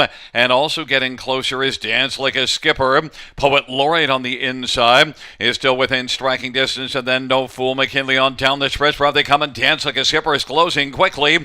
Dance Like a Skipper, Better on Ice, and Better Than Never. Dance Like a Skipper with Better on Ice. Dance Like a Skipper wins, and then Better Than Never and Better on Ice 154-1. Well, Sugar, we did get to find which better was better, but it didn't matter because Dance Like a Skipper was even better. It's set up for him, right? I mean, with those front two battling, I mean, you've got Better on Ice, who we figured would try a front end attempt this evening, was staying on pretty good, but Better Than Never with a big first up push. And again, with a couple of favorites battling, it certainly set up for Dance Like a Skipper. Just picked up the pieces for Coulter here on the wide side. He had the best late speed to get the best. Better on Ice and Better Than Never. They're in a place photo. Appear to be Poet Laureate finishing fourth in there down along the inside, but Dance Like a Skipper sort of tripped out to win by Coulter. Yeah, and it's not like Scotty hasn't tripped out a few horses in his career. He's won a lot of races. And it just set up nicely, and we did see that Better Than Ever finally got Better on Ice, but that was the secondary story. And, we might be hearing from Poet Laureate because now that's the second start off the layoff, so next time out could keep coming forward off of what we've seen so far. Had a real nice gate leave in there. I didn't see that coming from that one. It was kind of tugging hard in the pocket as well. So rounding into form after missing a couple of months. Poet Laureate certainly one to look forward to the next time out. But Danced Like a Skipper, now with 2 wins in his last 3 outings out over the river. That's 2 wins on the season. So the confidence level riding high for this one. I like the fact that he was switching to an inside post there and didn't have to work hard early to be sitting third. He worked hard late, but he just worked hard to get on by and win. It's a 2-3, 7-5 top 4. Back in front of us is number 2, Dance Like a Skipper. 4-year-old Dally Bay Gelding, owned by Paul Coulter and Georgia Pearson, Emma and Avery Longstreet. Paul Coulter is the trainer. Victory for the Tan Tornado. 2 on the evening for Scotty Coulter. 2 for Tan.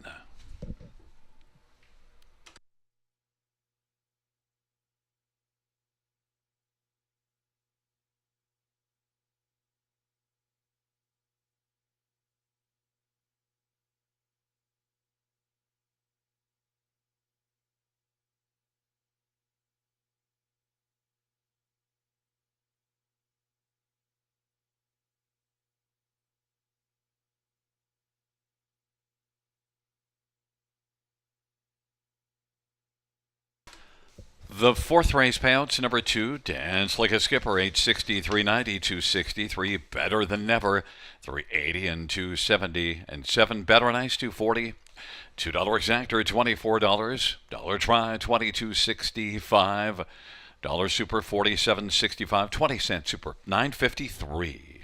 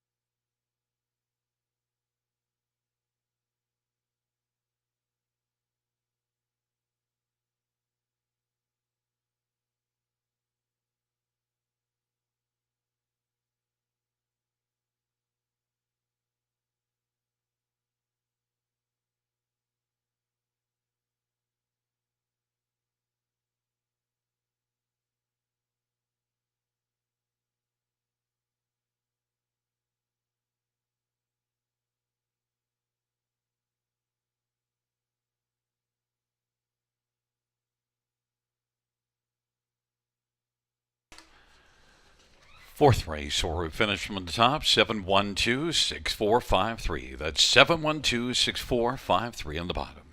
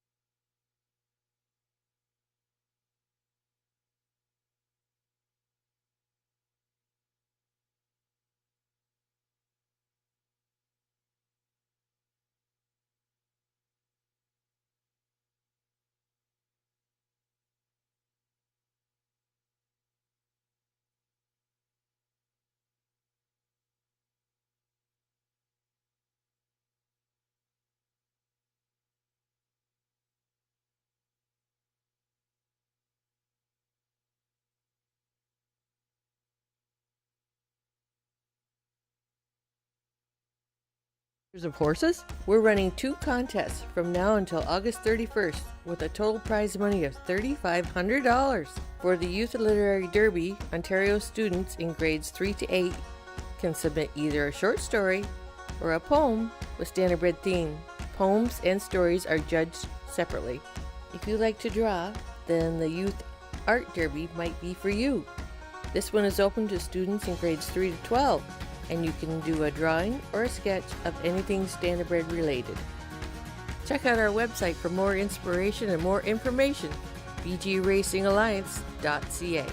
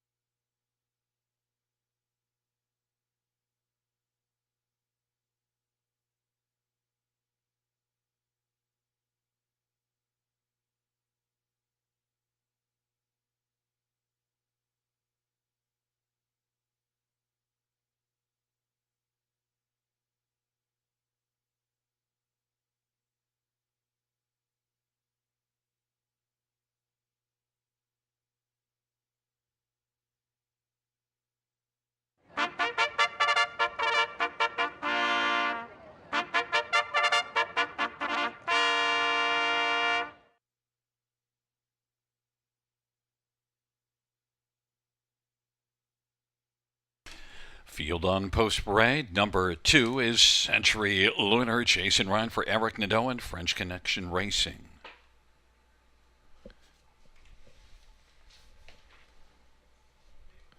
Number 3 is Night Dancer, Nick Boyd for Craig Bars and Nurko Sokolovic. And 4 is Stay Pumped, Scott Culver, Dean Nixon, and Pam Forkey, and Mindley Findling Repco. 5 is I Dream of Jeannie, Semiphilia for Francis Guillemette and Alcina Farms and Melissa Hendricks. Number 7, Queen of the Deck, Lauren House for Scott McNiven and Kimberly and Brad McNiven and Thomas Broadhurst and Doug Haywood. And number 8, Pretty Missy May, note scores from the trailer post. 8, Pretty Missy May, Daryl Thiessen for Ken Middleton Jr. and James Graham. Field of 6, we had a couple of scratches. 1 and 6 are out, and let's look at this field. And, well, we're going to start in the spot that I think is the most logical place. I Dream of Jeannie.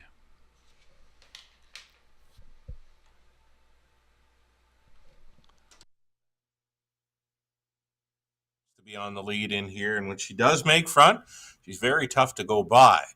Had the trailing spot last time out. We figured it was going to be tough for her, and it was. Sat fourth, was able to get up for the show dough money, but her best chance for victory is on the lead, and she follows the car, and I expect her on top. I don't know if I expect her on top, but I expect her to win. Of course, expecting on top is the logical thing, because the only time that she wasn't on top is that trailer post. So, and the 9 wins in 21 starts, that encourages me. The stats of Francis Guillemette, Sammy Filia, I'm encouraged by a lot of things, but you know, there's still some other possibilities. Scotty Calder's having himself a night so far, and he could be pumped here and win the 3 in a row, the natural hat trick. This is one that comes in from Mohawk and shows enough speed to be dangerous.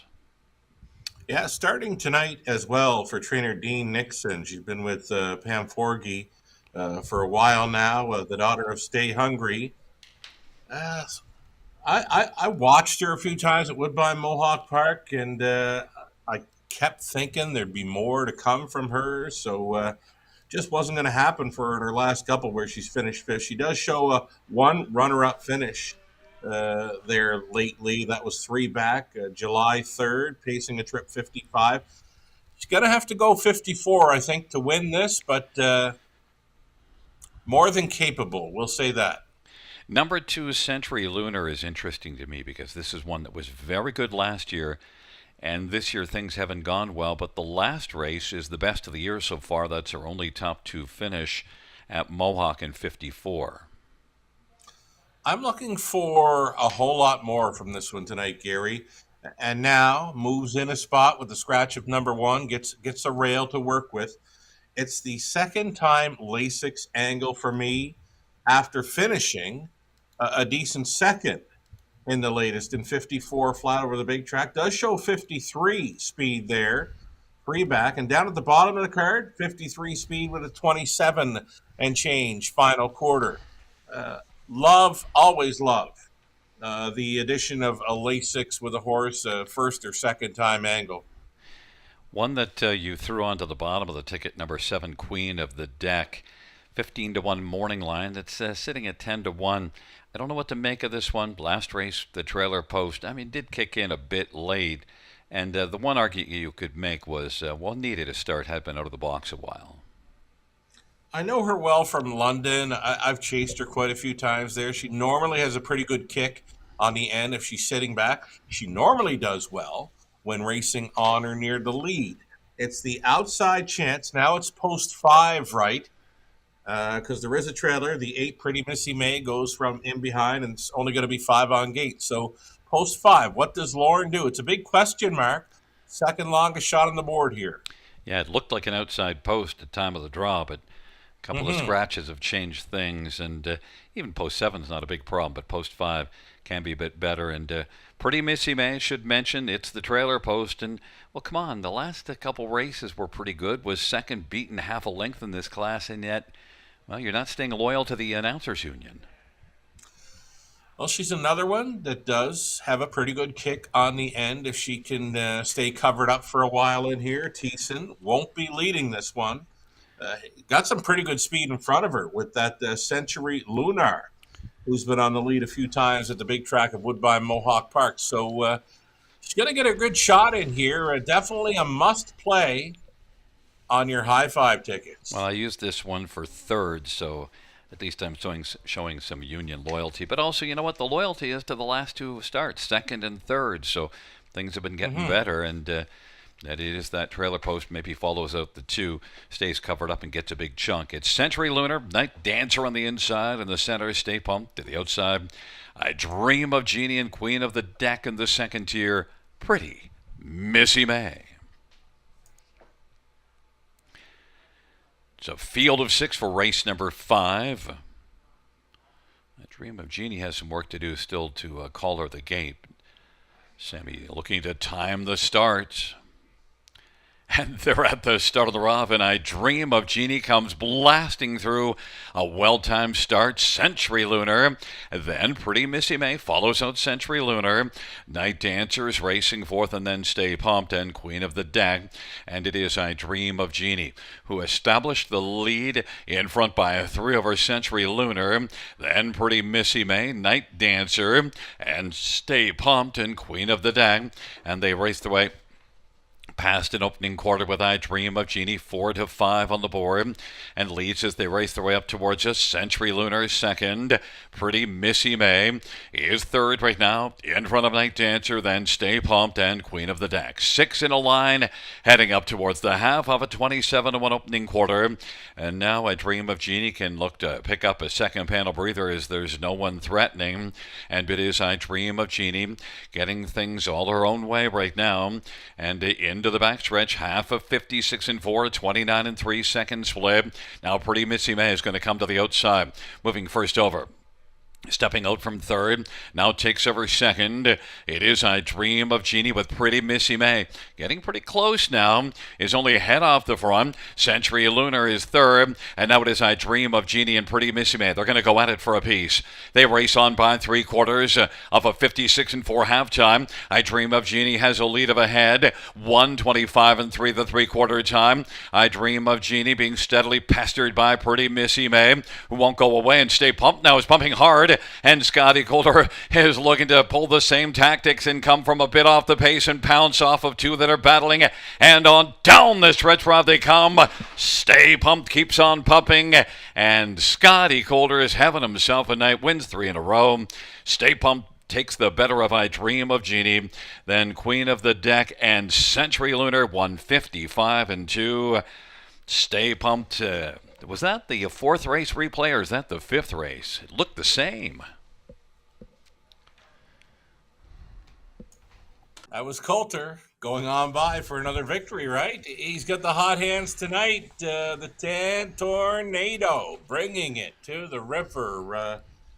This is what I was looking for. Stay Pumped at Woodbine Mohawk Park in her last couple of outings. Closed up very sharply here at the river. And how about that nice kick by the long shot Queen of the Deck? She was looking dangerous, maybe to challenge for the deuce when turning for home. No, it was the front two. Stay Pumped holding victory there over I Dream of Jeannie. Queen of the Deck, though, good showing to be third with those. Well, and look, we did use Stay Pumped, both of us, for second, and the streak of singles has gone down. And I was a little worried with Stay Pumped, so... But, sometimes you gotta just keep rolling, and it can't stay forever. And look, I'm happy that Scotty Coulter, it's just, boy, does that look like the same race as the 4th? Pretty much, right? It's pretty identical. 2-1, second choice takes down the favorite. You know what? Sammy is probably the best at timing it. I was wondering what was going on. I saw the colors of Sammy way back, and I'm thinking, Sammy driving the outside horse here? No, he was just waiting on them, kind of timing the start there. He's become pretty good at that. Yeah, and you know what? The only thing, maybe you expend a little more energy than he needed to get to the front because, he did need a little more energy at the end, and it wasn't there because Stay Pumped, Scotty gave a perfectly timed trip and blew on by. You know what? Every move he made with this mare was perfect. He saved ground towards the inside on the backstretch to go up along Nick Boyd, and then it all worked out perfect. He had the best late going. Well, it's a 4-5-7-2-8 top five. The super high five, and back in front of us, the natural hat trick for Scotty Calder, taking races 3, 4, and 5. Stay Pumped is a 4-year-old Stay Hungry Bay mare. Pam Forkey owns with Mindley Findling, Repco, Dean Nixon the trainer. The Tan Tornado, 3 on the night. Storming to victory in races 3, 4, and 5. It's the 4th win on the season, 9th lifetime for Stay Pumped. 155 and 2.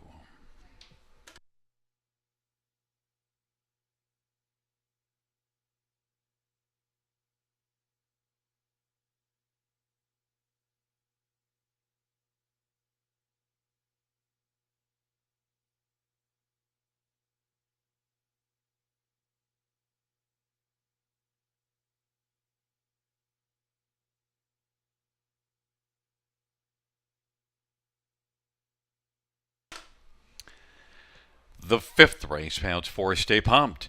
673.20, 255. A Dream of Genie, 250 and 210, and 7 Queen of the Deck, 260. $2 exact, $11.30. Try, $46.30. Dollar high five, $270.95. We had a 20-cent high five, $54.19. Dollar pick 3, $16.80. Dollar pick 4, $260.75. The dollar pick 5, $742.65.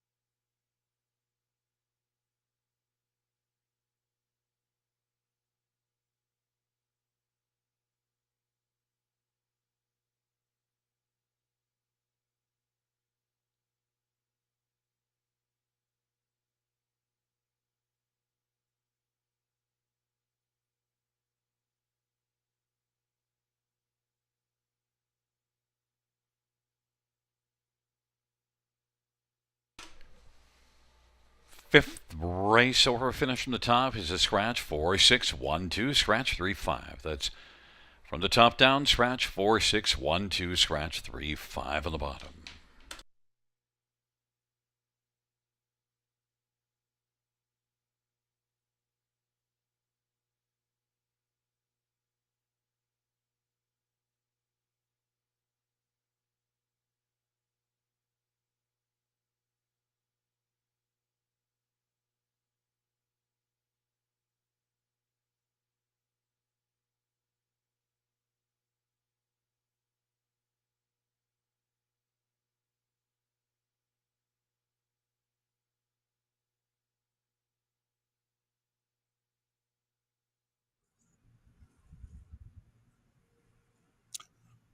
Welcome back to the show, everyone. Getting set to start the back half of this Friday night program at Grand River Raceway. It's race number 6. We're going to go back on the trot for the opening leg of this evening's late pick 5 in this 6th race, number 4, Butinsky. Switching from side rolls to blinkers. Blinkers going on the 4. Butinsky here for trainer Mary Ratchford. Sammy Filion on this for Butinsky. We're not going there, though, to start up this Pick 5 play. Let's bring up Pick 5 ticket ideas. Yours truly, Gary Guy, Conley Ecclestone, have mapped out our best tickets. And many will be singling up number 5, Chip Happen, one of my favorite young trotters who has come along to Ontario tracks. We had him lots in London last season, where he was the 3-year-old trotting boy of the year in London.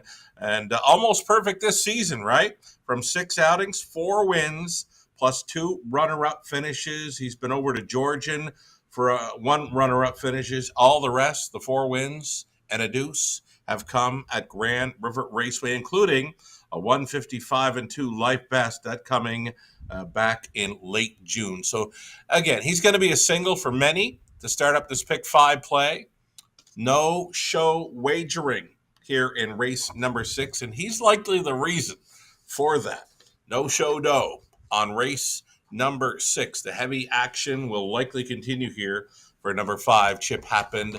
Race 7, another single for me. It's going to be Roger Maya with number 4, Whoop Mass. I do like the fact that this one showed some gate speed in the second career start, was riding along up close, and had a pretty good kick on the end of it as well, trotting home 29-2 to be second best in 158-4. That son of muscle mass could be sitting on the maiden victory there in race number 7. I'm going to single him as well because I want to go deep in a few other spots throughout this late pick 5 sequence. Race 8 is where I did go deepest of all. As we go out there with another group of trotters for race 8, I'm using the 4, 5, 6, 8, and 9. 5 of them. Could have went more. Could have almost went to an all button there. It's a tough one to crack, that race 8 trotting event. Pacers for the 9th. Using some odd numbers here with a 1, 5, 7, and 9. State 1, Smiley, likely to fly under the radar. Had a very sharp win up in Clinton, 56-4. It was pretty much gate to wire for Jeff Hunt. Come back at 1 at Hanover. It's from the trailing spot this evening. Big price in the morning line, but certainly worth a look. Number 9, State 1, Smiley in the 9th race. On the end of it, we're 4 deep in there as well, 2, 3, 4, and 7. So again, very thin for the first 2 legs, and spreading them across deep. Races 8, 9, and 10. In for just $16 on the 20-cent play. Gary Guy with his best go on this evening's late pick 5. We are going to single the same horses in the first 2 legs. He's on the 5, Chip Happened. He's also on the 4, Whoop Bass in race number 7. He continues to go thin in race 8. His top selection there being 5, Wondrous Blue Chip, also including 4, Masterwork. 9th race for Gary. He's on the 5 and 9. And the 10th and final, his top selection there was 4, Dare Abbey. He'll also include the 3, 5, and 7. Gary's in to go for just $6 on his 20-cent play. And one more ticket idea to look at will be for Conley Ecclestone. His singles, got to be Chip Happened, indeed, will be singled up for many. Again, no show wagering here in race number 6. Chip Happened, likely the reason for that. 7th race for Conley. He's on 2, 4, and 6. He goes deep as the ball. Race number 8 is where I thought you want to go deep. He's on the 4, 5, 8, and 9. Pacing events for the final 2 legs of this sequence. 3, 5, and 9 for Connolly in the 9th, the 10th, and final. He's going to try the 2, R.J. Jean, as well as 4, Dare Abbey. Connolly's in to go for $14.40 on his 20-cent pick 5. It's a go-to wager. Next at the river, Gary Guy is going to have your post-parade soon. Race number 6 of 10 is next.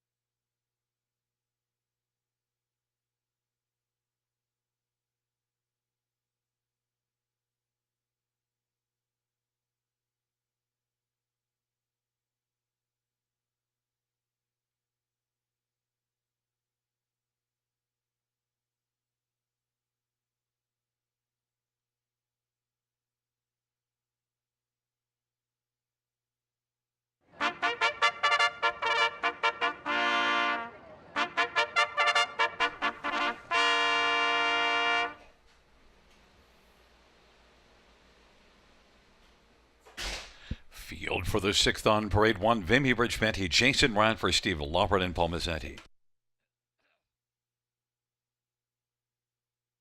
Number 2 is Magic Dealer, JP Renault for Julie Walker and Oakley Farm.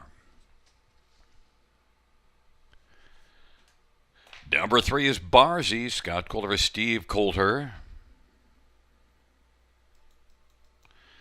Number 4, Badinsky, it's Sammy Filia for Mary Ratchford.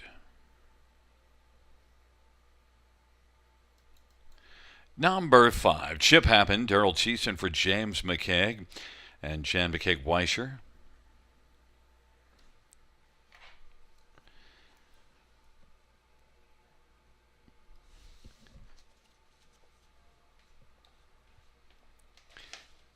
And number 6 is Whelan and Steele, and George Ketros drives and trains and partners with Mary Ketros. Whelan and Steele, and delayed from the post break just a bit. Field of 6, race number 6. Well, let's get a look at this field. And you know what? I think I know who we want to look at first. I think we're going to take a shot at Chip Happened.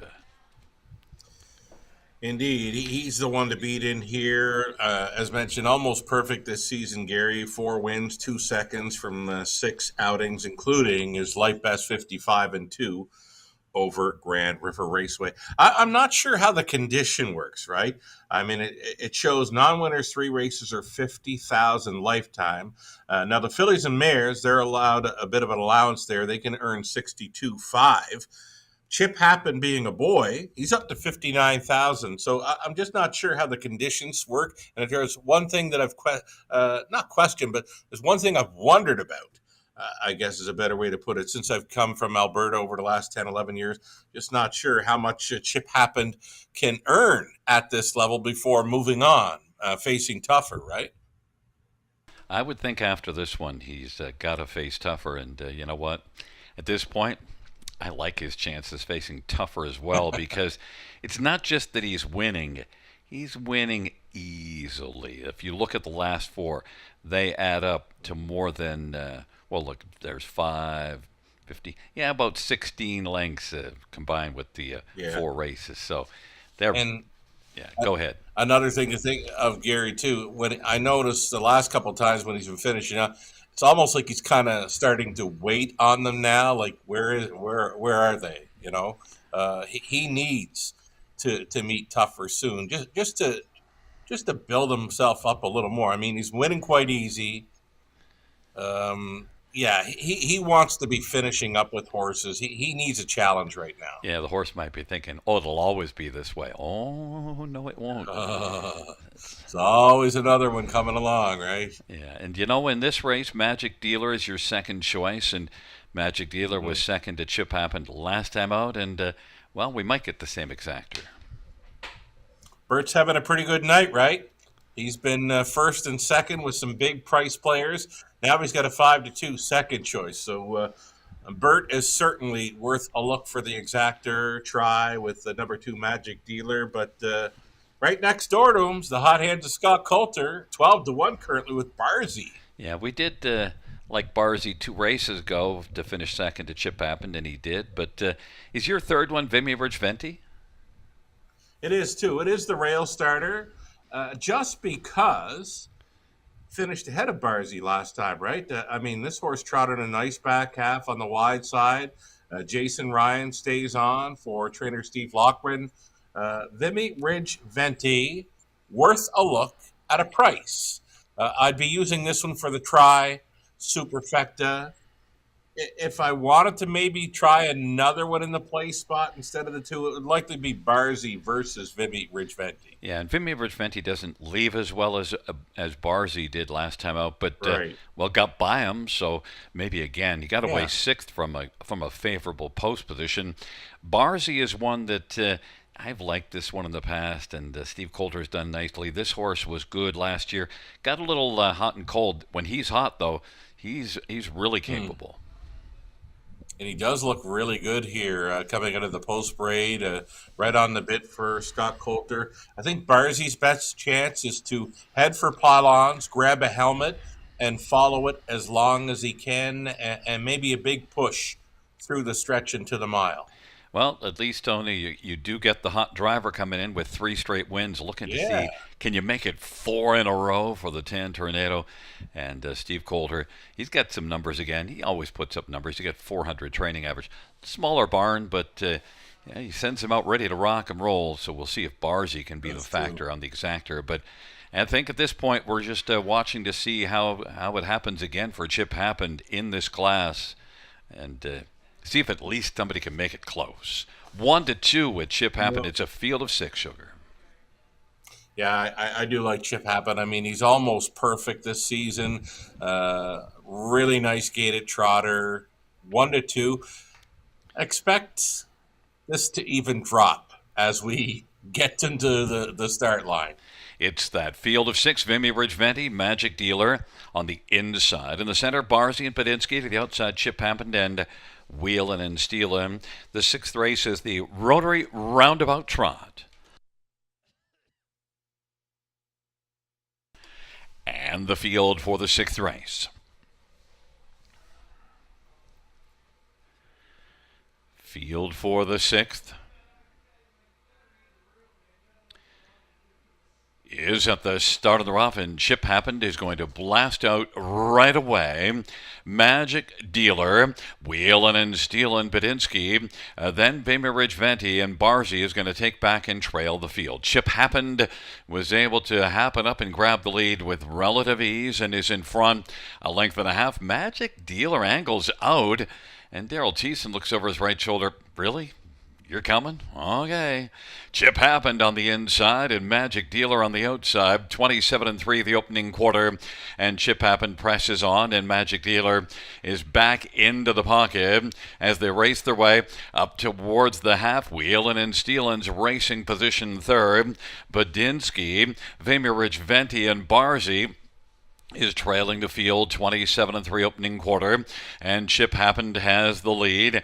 Magic Dealer is racing 2nd, is 2 back. Wheelin' and Steelin' 3rd, then Badinsky and Vimy Ridge Venti and Barzy, and they head past a half of 56-2 on down the backstretch, and Chip Happened and Daryl Thiessen just sitting comfortably 1-9 on the board, has a lead of about 2.25. Magic Dealer, Wheelin' and Steelin' on the outside now, is moving for George Katros, and then Vimy Ridge Venti, Badinsky, and Barzy is way back and appears to be struggling a little bit. It is Chip Happened, who's got a lead of about 2.5 or 3 right now, and no urging, but just is getting away a little bit without it. 125 2 3/4, and Chip Happened continues and now leads by 4. Magic Dealer will try to hold on to 2nd against Wheelin' and Steelin'. Vimy Ridge Venti, Badinsky, and Barzy on down the stretch route they come. And Chip Happened and Daryl Thiessen, the whip is laying down, and so is Daryl. And this one's just coasting to the finish. Just crushes the field. Vimy Ridge Venti, Wheelin' and Steelin'. And then 4th is between Magic Dealer and Barzy. 155-2. Chip Happened had a very nice looking training mile there, Sugar. And the inquiry sign is up, by the way. Inquiry sign goes up. Paid training mile indeed. Liked your call there at the quarter. Really? Well, Bert, just trying to keep Daryl honest, right? Yeah, just don't steal it too much off the front here, but really didn't matter. You know, if Daryl if we had him mic'd up, that's about what he might have said. Really, you're going to come out on me? Yeah, you know what? That would have made the mic up, I'm sure. And 27-3, they were going enough. Even 28-4 through the second quarter for a quick half, 56-2, 29 on the backside, putting separation on them, and just coasting on home to right to his mark, 155-2, and maybe it gets tougher for him next time out. I guess we'll see when draw day comes out. I'll find out for you what is the allowance, and we'll discuss that. Yeah. I have to believe that this one's moving on up, and you know what? Actually, he needs to move on up because these are not competitive races with him in. Just jogged again. I mean, when the gate was moving, you mentioned 1-2, and we felt, I'm sure both of us felt, that he would go lower, and indeed, you can't go lower than 1-9. Yeah, Daryl's just like, okay, just lying here on the couch. Straight back. He's got one of the sickest leans in Ontario.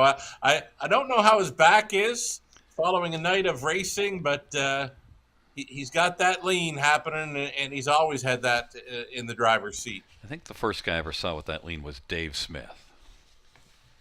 Me too. Gold Cup and Saucer. He brought down Tough Hombre, the cheetah bike. I never seen anything like it before. Straight back on him. Yeah, laying down flat. Well, Double Barrel Daryl comes by here in front of us with the winner, Chip Happened, for a fifth consecutive win. Chip Happened, 4-year-old, looks like a Chippendale Bay gelding by James McKeag and Jen McKeag-Weischer. James McKeag is the trainer. The sixth race, the Rotary Roundabout Group is going to make their way out beside Chip Happened and Double Barrel Daryl. Fifth win on this season, 11th lifetime for Chip Happened, 155-2.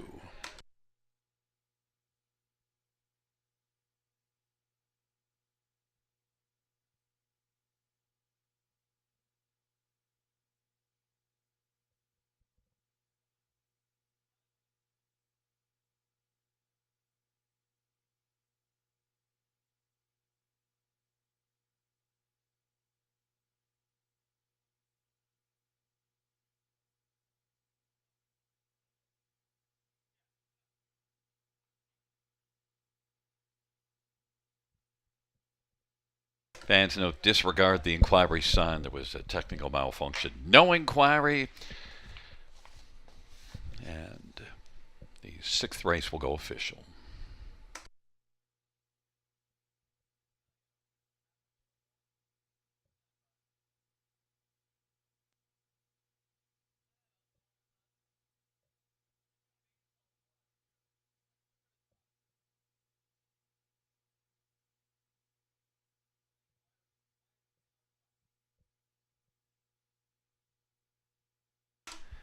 Sixth race, payouts 5, Chip Happened 220, 210. 1 Vimy Rich Venti 560. $2 exactor 980, dollar try 39.70, dollar super 125.50, 20-cent super 25.10.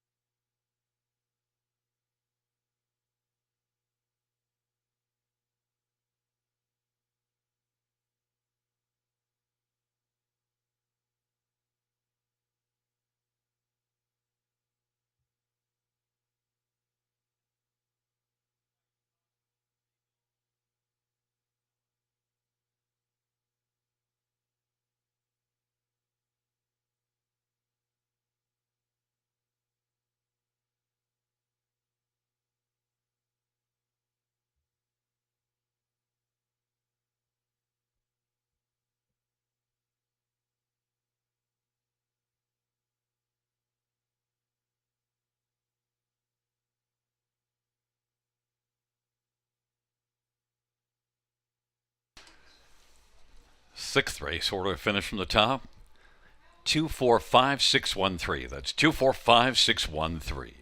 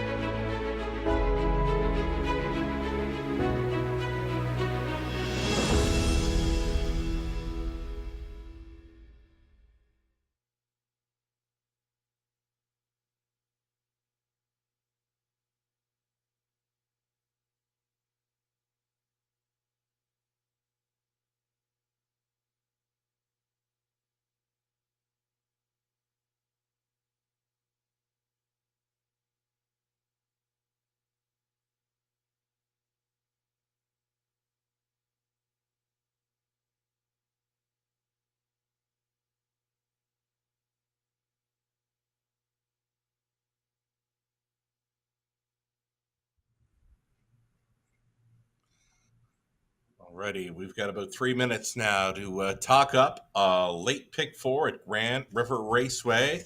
This pick four sequence going to have two trots to start things up and two pacing events on the end of it. Again, just 3 minutes, so we better get to it. Ticket ideas for myself, for Gary Guy, and Conley Ecclestone coming your way. It's the late pick four starting up here. Race number 7. Some inexperienced trotters here. It's going to be the third career start for number 4, Whoop Mass, for Roger Mayett. And I do like the chances of this one. Showed some really nice gate speed in the latest. The son of Muscle Mass was able to kick on home in 29 and 2 to finish second as well. I believe this one could be sitting on a win. Horse players think so as well. Even money favorite status right now for number 4, Whoop Mass. My single, race 7 starting up the late pick 4. Race 8 is where I'm going deepest of all, where I think many would be trying for a price player in there. Race 8, 4, 5, 6, 8, and 9. I'm using the 9th race, pacing event. Some odd numbers on my ticket. On the rail, we've got Harbor Light Jimmy, then Smiles for Miles, Hasselhoff outside post 7, 9 State 1 Smiley. We kind of like him, and likely a price player in there for Jeff Hunt, who's got 2 in a row with him. Actually, Jason Ryan was on him at Hanover in the latest. Jeff Hunt drove him the victory up at Clinton, where he was kind of much the best in there. 10th and final race, we're using 2, 3, 4, and 7. $16 even on this 20-cent pick 4. That's my ticket. Gary Guy, his best go, and he's going to likely stay with that single. Yes, he would have had the single, number 4, Whoop Mass, in race 7. He uses 5 and 4 race 8, the 5 and 9 for the 9th, and he's gone 4 deep in race number 10 with the 4, 7, 5, and 3. Again, Gary was liking that single, number 4, Whoop Mass, in race number 7. Gary's ticket just $6 even. I'm wondering why it won't work. Conley Ecclestone. Oh, Are they not liking my pick so much so that they just took it off? everybody knows you got a single going on here. You've got the 4, Whoop Mass, race 7 for Gary Guy on his play. Conley Ecclestone, we'll quickly go through his. 3 deep, on to 4 deep, race 8. His pacing events, 3, 5, and 9, and 2 and 4 on the end. Rare to see, no single for Conley on his pick 4 sequence here. He's in to go for $14.40. They'll be post-parading here shortly. Again, a pair of trots onto a pair of pacing events for this late pick 4 at the River. Good luck. There's a look at the Paddock camera presented by the Ontario Equine Education and Employment Program.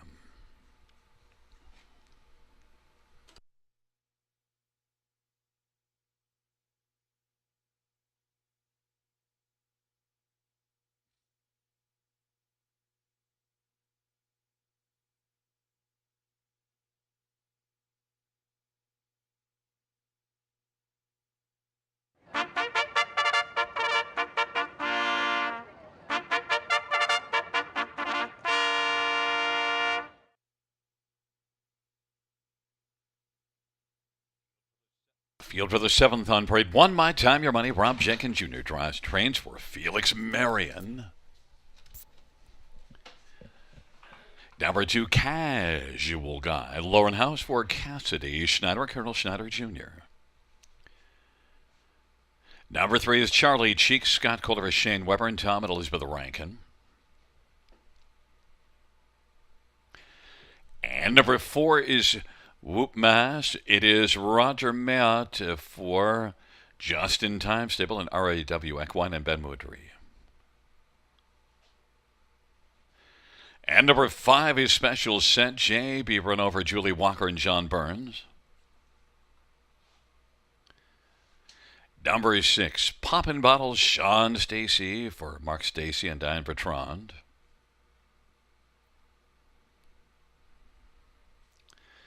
Number 7, Frankenspeed. Chris Johnston drives and trains and owns.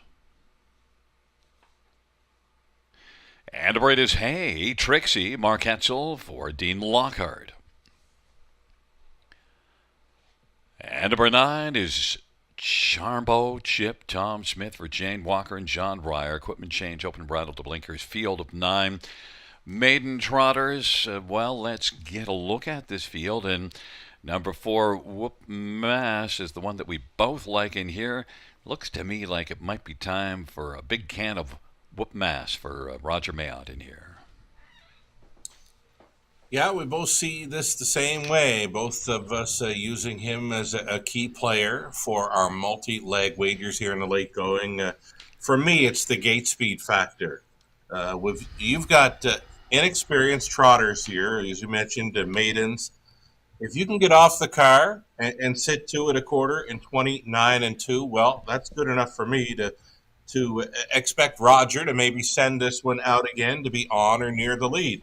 And even to have 29-2 on the end of it. And I mean, the career debut, that one wasn't too bad at 35-1. But his 58-4 deuce in the latest has me thinking he's sitting on a win. Price is right at 2-1. Could go lower, but they're on the 8 for Etzel right now. But that's a tough spot to win from. Yeah, and the one that beat Roger last time out, Fateful, has been good. Good measuring stick. And I just think it's time. But look, number 8, Hey Trixie, this is one that shows improvement now. That last race was better. I was kind of disappointed. I was picking this one and not getting rewarded. And last time, Hey Trixie was better. It's a tougher assign, but we'll see what the plan is, though. Mark might try to at least get this one out into the front 4 again. Well, we know horses have no problem finding a spot up close if they've got any gate speed at all from that outside post 8. So if Etzel can find a spot in the front half of the field, looks like she's gutsy enough to live on the outside. I mean, that looks like a first up try from 4th in the latest and staying on strong to be 2nd. 29-2 on the end, where this one was trotting 29 speed through the 3rd. So, Hey Trixie, she gets a big shot. It's all going to depend on where she lands early.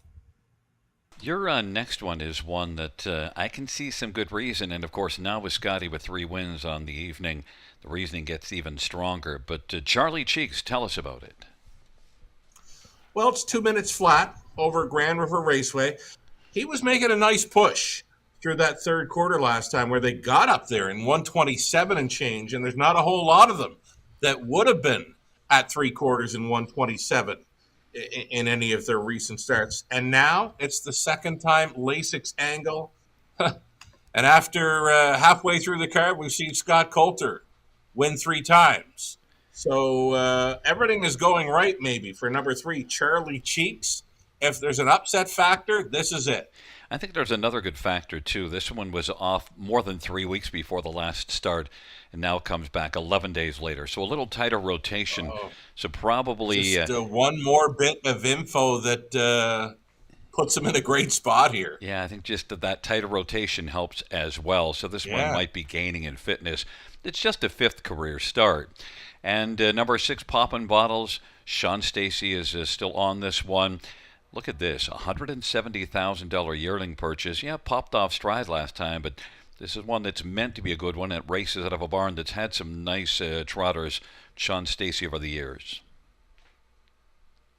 Now, we mentioned the other night, reading up on a harness racing update story. Sean Stacy, he elects to go on board when trying to tinker with things, or maybe they need a clean line, which this one does after making a break last time out. So, not expecting a whole lot from Pop and Bottles, but for sure one to consider in the starts going forward, and maybe to include in the superfecta here. Certainly, the yearling price isn't everything, but it does tell you that there's something expected when you pay that kind of money. You anticipate that this is supposed to be a good racehorse, and we'll see at least what we get out of it. 9-1 on the board. And I threw in Casual Guy, actually for second off a qualifier. Yeah. Hasn't raced this year, but the qualifier, I just want to see what Casual Guy has to offer. Was decent last year. It's a field of 9, and they're just about near the start.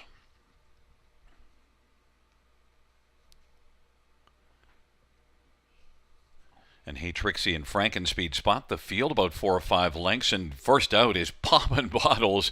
And Poppin' Bottles, despite making an early break last week, has popped right out and has grabbed the early lead. Casual Guy is second, but now Whoop Mass is moving up and is going to try to challenge for second, but now will have to take back because driving on is Casual Guy. Whoop Mass is to the inside third, Charlie Cheeks fourth, and then it is Special Scent, and Hey Trixie is sixth away, My Time, Your Money, and then it is back to Charmbo Chip, and then well back as the field races their way on towards us is Frankenspeed, but Poppin' Bottles leads right now for Sean Stacy by about 2.5 in Casual Guy, and Whoop Mass and Charlie Cheeks, My Time, Your Money went off stride. Racing position fifth is Special Scent. Then Hey Trixie now. He's going to move to the outside, about 12 lengths off the lead, though, of Poppin' Bottles. And then it is back to Charmbo Chip and Frankenspeed. Poppin' Bottles at 11-1. Casual Guy is racing second and is inching closer. Is still 2 back, though, of a sharp-looking Poppin' Bottles. And then Whoop Mass and Charlie Cheeks. And then it is a Special Scent and Hey Trixie. And they head by 3/4 off a 59-2 halftime. And Poppin' Bottles and Sean Stacy looks unconcerned and leads by 2.5, 129 the 3/4 time.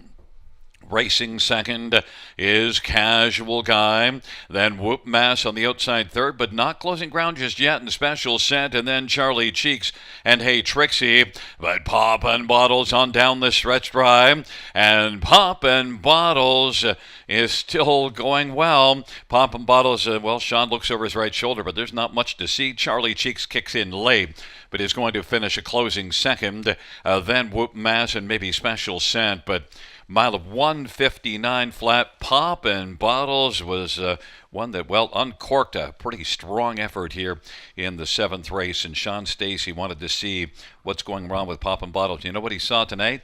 Nothing's going wrong. Going in the right direction, right? A similar victory to what we saw Burt Renault do with Blue Jean Gal back in race number 2. On the lead throughout, never an anxious moment. Very quiet steer by Sean Stacy with this. Well, you talked about it, right? High-priced yearling, and now maybe this is the turning curve for this one going forward. Yeah, and he looks like a nice overall horse. Like he presents himself well, and Muscle Hill gelding Sean Stacy. They've had 12 starts and didn't have a top 2 yet. Well, the 13th start. 13, sometimes people think that's an unlucky number, but it was the lucky number for Poppin' Bottles. Luckiest right now for that 6-horse. Sean Stacy took a peek over the shoulder, and you know what?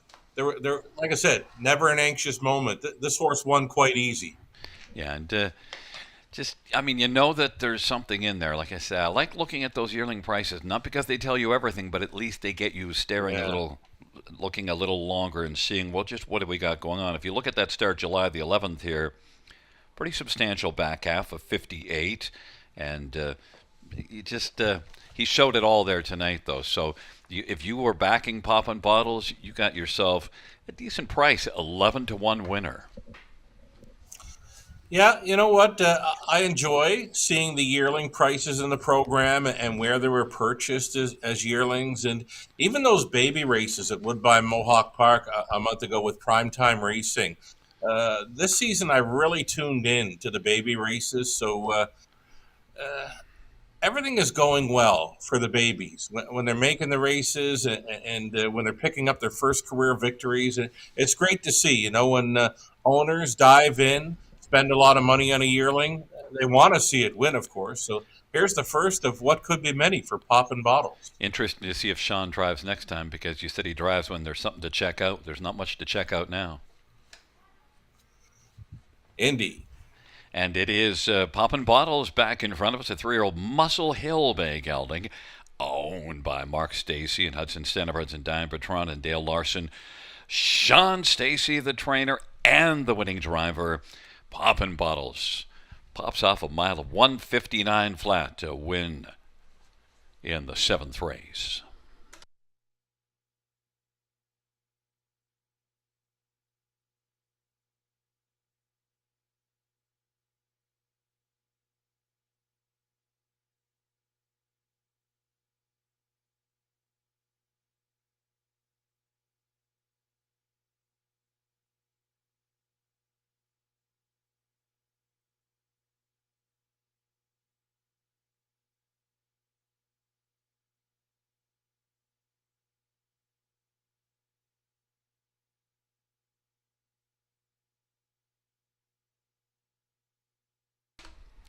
Seventh race, number 6, Poppin' Bottles, 2460, 1037.10. 3, Charlie Cheek, 673.84. Whoop Mass, 290.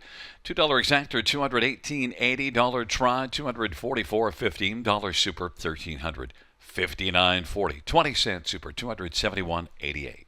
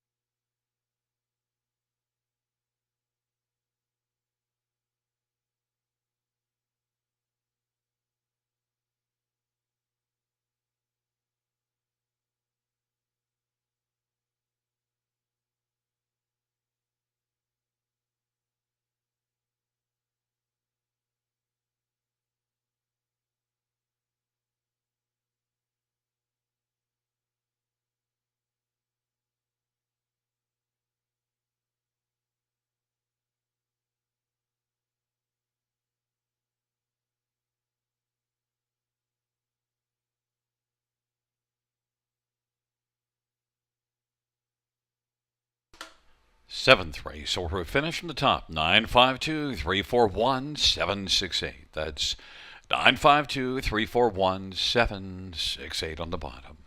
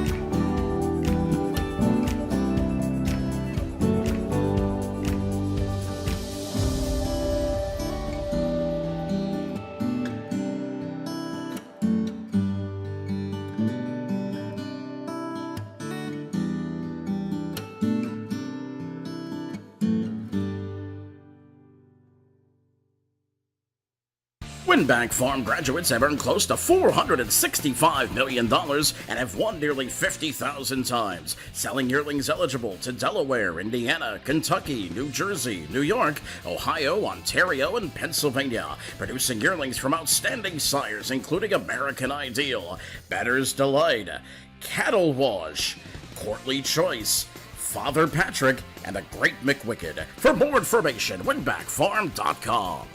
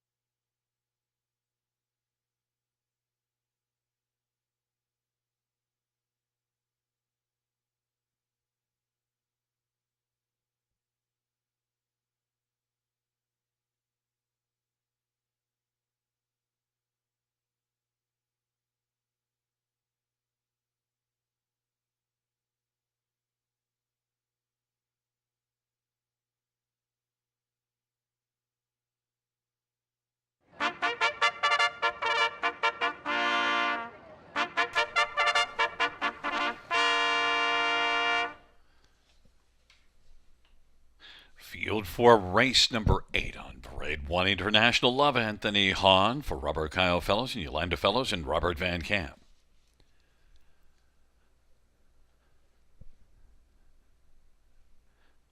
Number 2 is Marie H. Damian McClellan for Kyle Botsons and Fred Niclerio.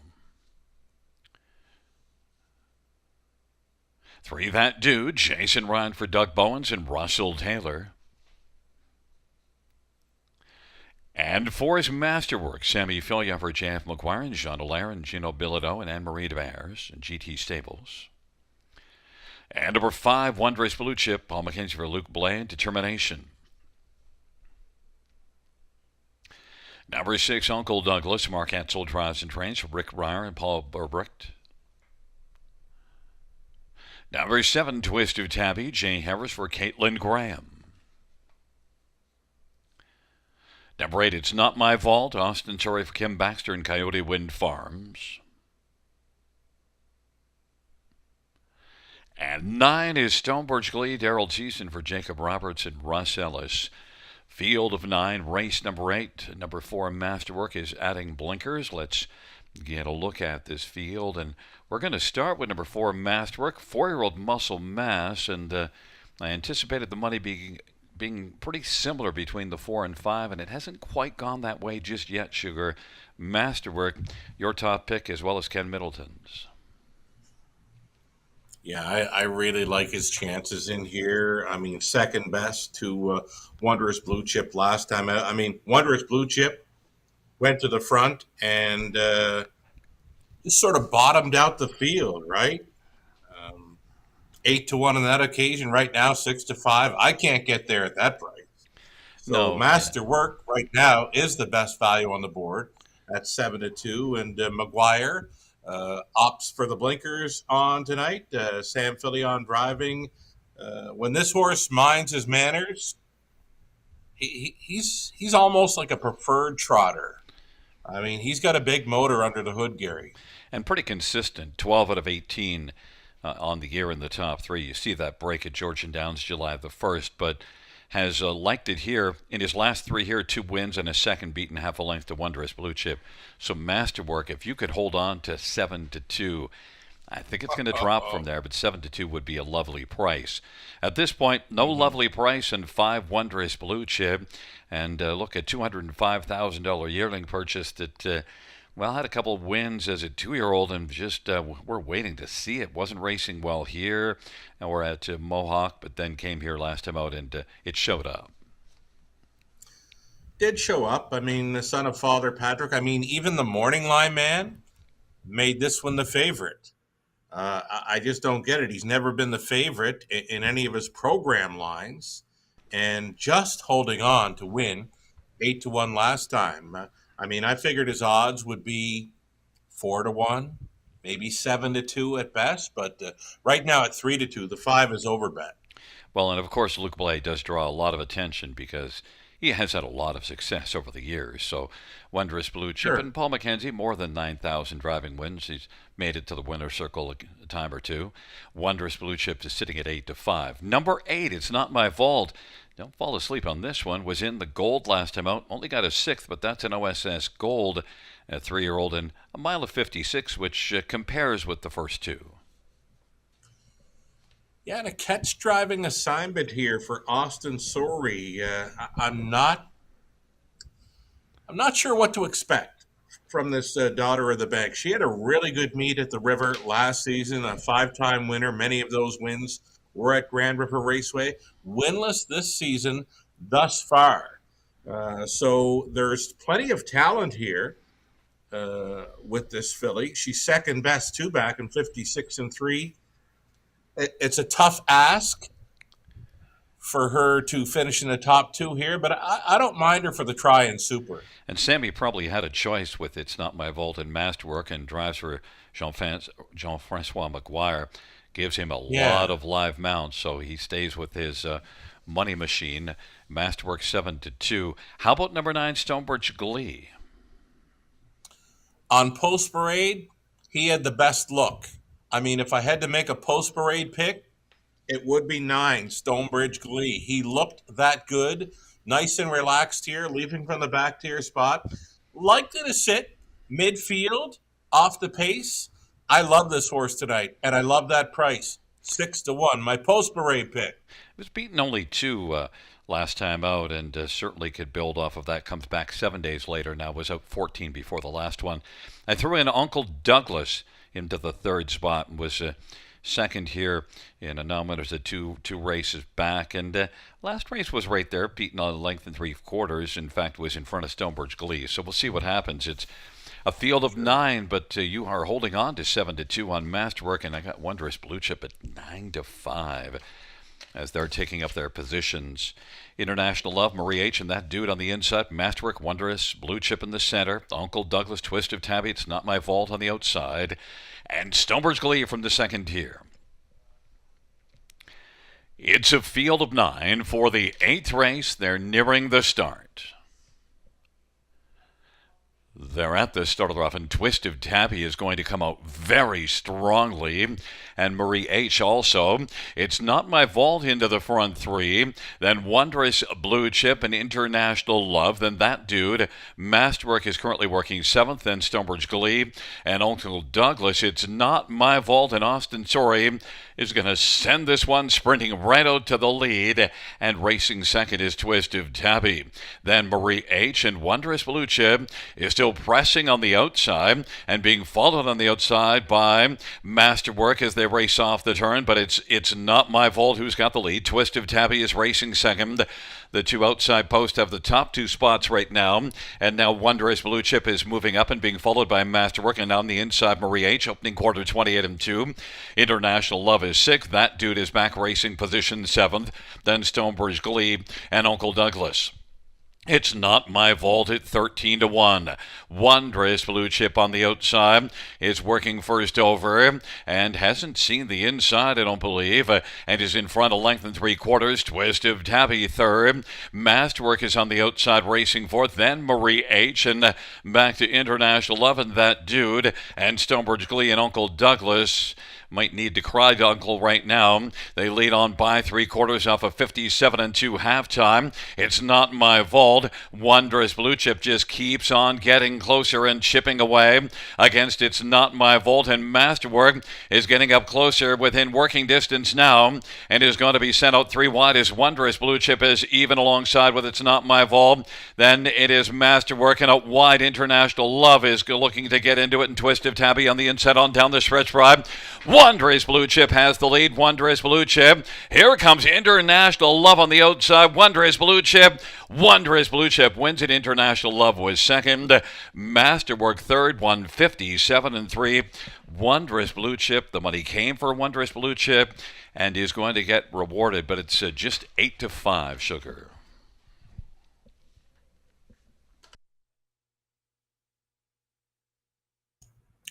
Yeah, and I still couldn't get on that horse. I mean, he went a big one. I'm not going to take anything away from him. He parked forever and was able to hold on. My post pick, though, Stonebridge Glee, getting set to tip 4 and 5 deep coming out of the final turn. He got steppy. He rolled off stride. And did you see where he finished? He's only a length, maybe 2 lengths back at the finish. Stonebridge Glee, if he doesn't run, easy winner in there at a price. One that we can keep an eye on because we're looking at him right now. He was flying, and look, of course, International Love is going to pick up second, and he's going to be ending up beating only a neck. Finished in front of Masterwork, so we got to split the two that we thought were the main story, the 5 and the 4. It was a good horse race and a good finish. I mean, they're all together here.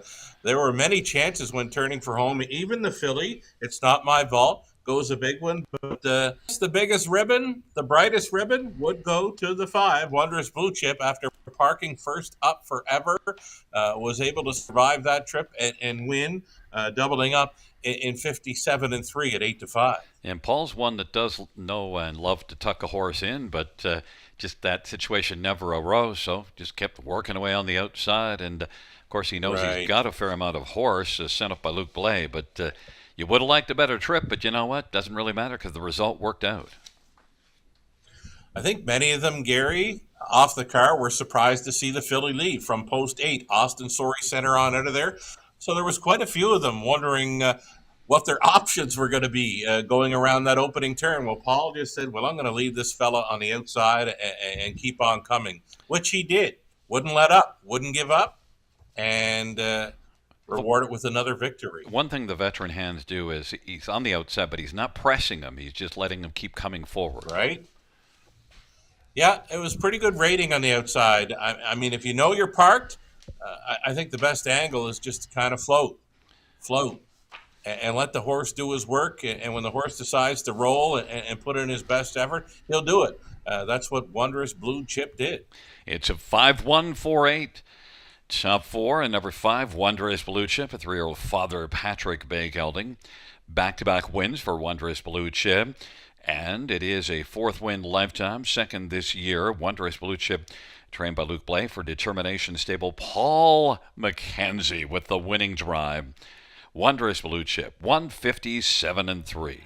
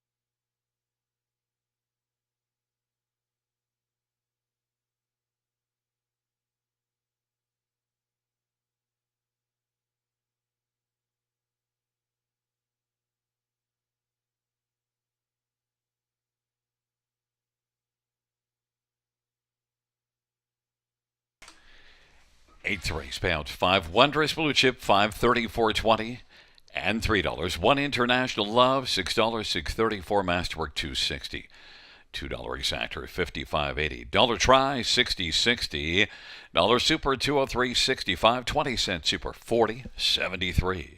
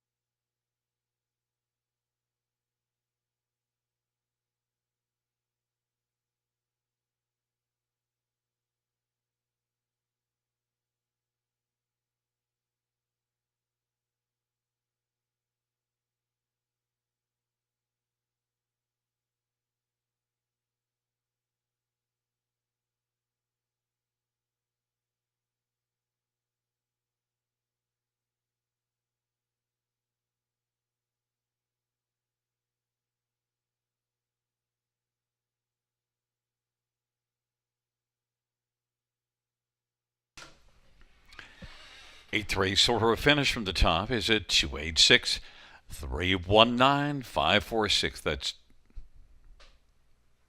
547. From the top down, 286 319 547 on the bottom.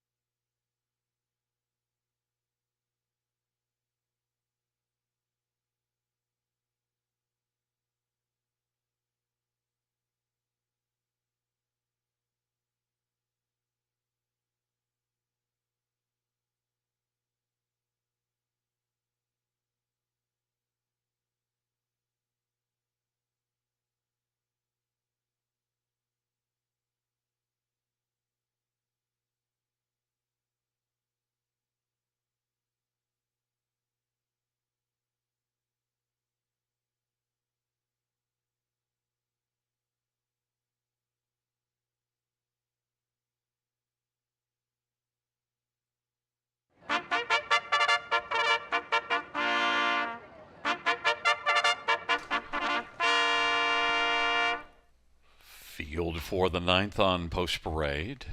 2 is Mappa O'Reilly, Mark McDonnell for Haley Curry. Number 3, Lucky Dancer, Daryl Thiessen for Rod Boyd and Jefferson Davis. 4, Country Grace, George Ketros drives and trains and owns. 5 is Smiles for Miles, Sammy Filia for Chantel Mitchell and William McKay and David Serwatic. Number 6, Mr. Commodore G. Harris for Claire Bradshaw and Brian Jamison. Number 7, Hasselhoff, Austin Story for Daryl Laver and Leanne Davidson and Dave Walls and James Grant. 8 is scratched. 9 is State 1 Smiley, Jeffrey Hunt for Brian Schufelt. And there is 1 Harbor Light Jimmy, Damian McClellan for Kyle Bossens and Ralph Jardine.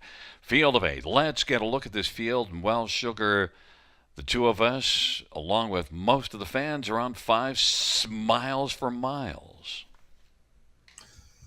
Well, we got to go to this one this time because there was no way. I saw what this horse did in the latest, coming after missing 4 months. I mean, straight to the top at 26-3 and winning in 53-1 for a lifetime best. I mean, gotta like it. Got to go right back to it now. I mean, weren't there last time, but we're going there this time. And I don't think anybody's going to be able to beat him off the gate. I know that Hasselhoff can leave a bit, but Smiles for Miles gets to start inside of that one. Post 5's a nice spot in behind the gate, or in behind the car, as you like to say. I'd be very surprised to see this horse lose tonight off of that recent victory. Yeah, well, look, and if anything, he probably will drop from even money. Got a pretty strong chance. Mentioned 7 Hasselhoff has gate speed. It's a tougher post position, but this one that's been in the top 2 at the quarter in 5 consecutive races, 4 of those still resulted in top 3 finishes. Well, we just saw Austin send a filly to the top from post 8, and I'm not sure I've ever seen It's Not My Vault ever leave like that. So Austin, we know he likes to put them in play. His best shot is going to be to find that 2-hole ride with Hasselhoff, second best to Smiles for Miles in that latest. And yeah, it could be the exactor factor here. The price is okay. I don't see him winning, but I could see him finishing second or third all day here. A horse that would be more dangerous in here if he had a post is number 9, State One Smiley. I've become very negative about the trailer post, but if this one could find a way to get off the gate and get out and rolling, and see if Jeffrey Hunt can get this one in play. This is one that's won 10 of 18 starts. Yeah, the trailing post is not where you want to be. I mean, I've been stating that for our track in London now for a year or two. We noticed it. It's a very tough spot to win from, and it's become that way at Grand River Raceway as well. I mean, because if you got your nose on gate, it doesn't matter where you're leaving from at the river. If you got gate speed, put them forward. But if you got gate speed and you're leaving from the back to your spot, you're in the hole early. State One Smiley, very sharp with 2 straight wins coming in, but it gets tougher because it's that trailing spot. Yeah, and I think it's tougher here than London because at least at London, some of the outside horses will take back, and you could at least be in front of them as they're taking back because you've got inside position if you're following out the 1 or 2, whereas here, those outside horses, they're blasting. The inside ones are trying to move, and you got a lot of work to do to figure out how to get out well. But we'll see what happens. State One Smiley is a nice horse, state treasurer, 4-year-old. Number 1, Harbor Light Jimmy, had post 1 last time out and got away 6th, but did at least come on to get onto the top 4. Yeah, it's going to have to find a few more seconds, right? I mean, this mile expected to go 53, 54, 52 wouldn't surprise me. For number 5, Smiles for Miles, after what I saw in the return race. So the 1, Harbor Light Jimmy, just simply for best of the rest, maybe to complete the super in here. We both have the same top 4. One that's getting some money here is number 3, Lucky Dancer. And double-barreled Daryl Thiessen. Blinkers to Blind Rattle. This one set up by Rod Boyd. I think the reason why people are shying away, scratched vet sick from the last scheduled start. Yeah, if there was a 5th horse, if it was a high 5, I'd be using the 3 all day because I'd be on the odd numbers, 1, 3, 5, 7, 9, right? If there's a horse that can throw a wrench into this race, it is the 3, Lucky Dancer, and that would be if Daryl Thiessen decides to leave with him because he does have some pretty serious gate speed. One thing I should mention, number 1, Harbor Light Jimmy has gone back to the paddock with a broken check. The other comment about Lucky Dancer that I like is just when you look at the overall top 3. I mean, this is one that, as a 2-year-old, had 6 starts, won 3 of them. This year, yeah, it's only been 1 win, but also we're looking at 8 out of 15 in the top 3. So it's just a matter of, Rod Boyd's an experienced trainer. If that scratch vet sick is not a concern at all, and if this one's fit, because it did race here on the 11th and got out really well. And look, there's a lot of gate speed in different spots here, but Lucky Dancer and Daryl Thiessen, he's certainly not adverse to getting one up and moving early. 100%. 5 runner-up finishes for this son of Big Jim. You would know him more than I do. I don't know if I've seen him much in London at all, but the latest victory would be over Flamborough late May. It was gate to wire on that occasion.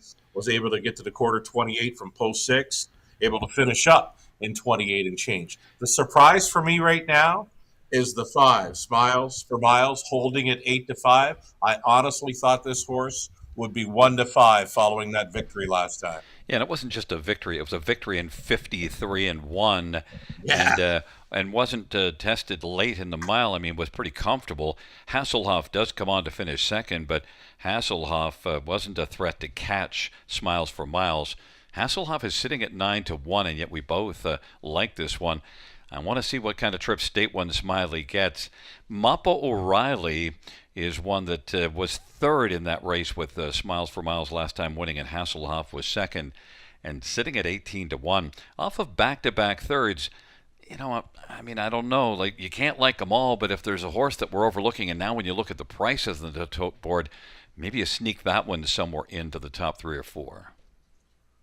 You could probably hit the all button on the end of the superfecta play. I mean, if you're keying up the five on top, maybe using 1, 3, 7, 9 for second and third.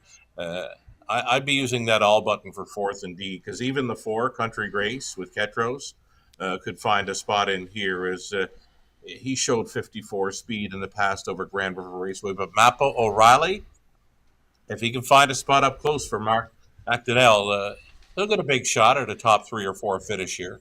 And there is the one coming back. If you're looking to put together a double here, we both like the 5. Maybe you could just go straight with the 5, Smiles for Miles, and 3, McWicked Move. Are you confident enough just to go straight 5-3, or how deep do you want to go? 5-3, 4 and 2? How deep? No way. No way. I would single up the 5 in front, but I'd be using a bunch in the second half. I'm not real comfortable with the McWicked Move handling that finale field. Panthermonium's got 2 in a row coming in.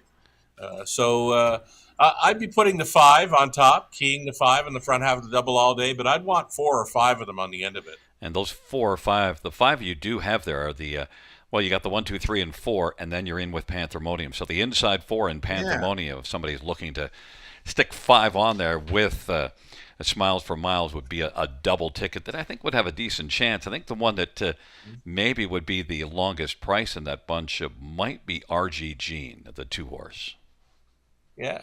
And I think Conley likes that horse, because I believe he was using that one in the multi-legs. Late action is starting to come for 5. He's now odds on at 4-5. I still think he goes lower at the word go. Well, it's a field of 8. Asher's Basher has been scratched. They're moving in behind the gate, taking up their positions. And it'll be Huberlight Jimmy with Mappo O'Reilly on the inside. And in the center, Lucky Dancer, Country Grace, and Smiles for Miles. To the outside, Mr. Commodore and Hasselhoff. And the second tier is State One Smiley.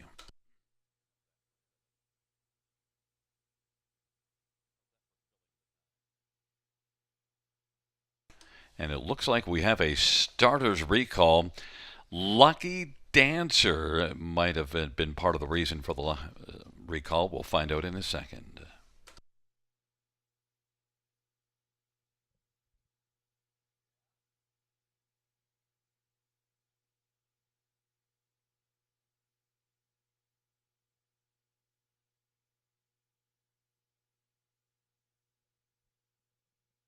And fans number 3, Lucky Dancer, suffering a broken hobble. We'll head back to the paddock for an equipment adjustment or replacement.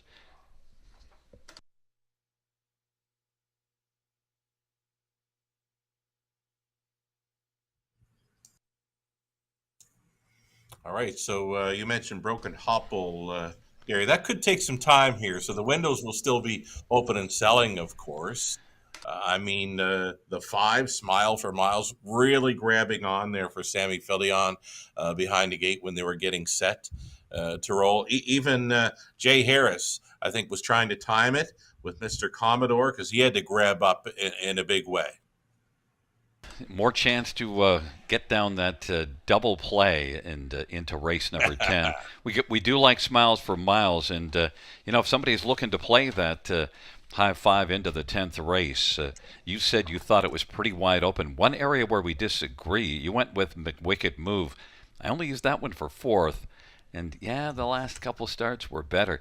I went to Dear Abby. Your second one is the one that I went to on top.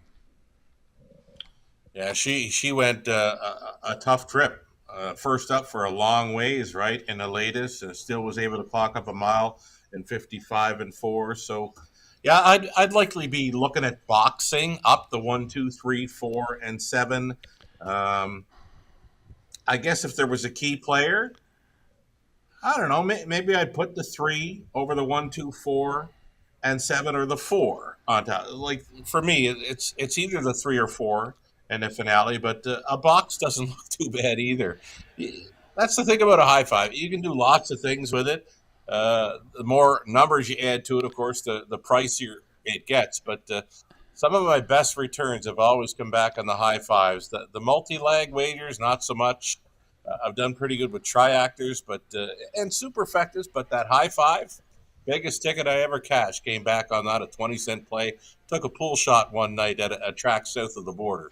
What do you normally do? Kind of go thin early and then try to actually have the whole field or a big bunch of them for fourth and fifth?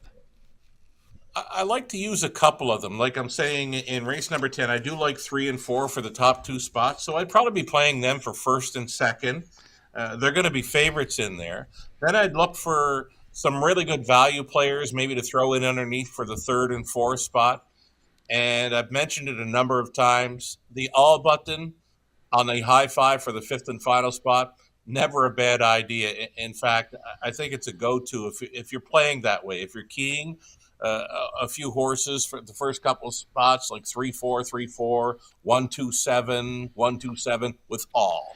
The one that that all button in the high five, a long shot certainly shows up more oftentimes than not. The one I'll tell you that I think you're wrong to leave out is 5 All-Star Twinkles. So if you look at first glance, you see 7th and 8th. You look at that Georgian Downs, that's a non-winner's of 3. And this is one that did not get off the gate at all, 31 and 4 opening quarter. Then from there, raced actually pretty well. Non-winners of 3 down to this class, the 10th race. It's a good class drop. We saw this one beat up win in the non-winners at 2, and it was a really good effort.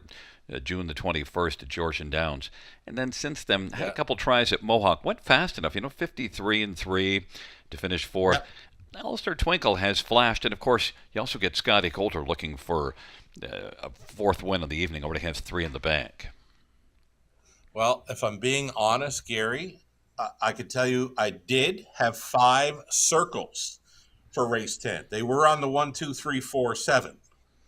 And here's the honest part. Anytime I see a driver winning 2 or 3 early at Grand River Raceway, I'll go through the rest of the program and I'll circle everything they're driving. So there is another circle in race 10, and it is on 5 All-Star Twinkle because Coulter would have a chance at a walk-off Grand Slam in the finale. Yeah, the walk-off Grand Slam. Oh, by the way, how about those Blue Jays? They just keep crushing it. I think it's 6-2 or something right now. And I should mention somebody that's worked here for a lot of years, Jeff. About 2 weeks ago, Jeff said to me, you know what, don't worry about the Blue Jays. They're fake news. And I reminded Jeff tonight, I think it was Wednesday night, I think it's time for you to get on the bandwagon and forget your fake news comment.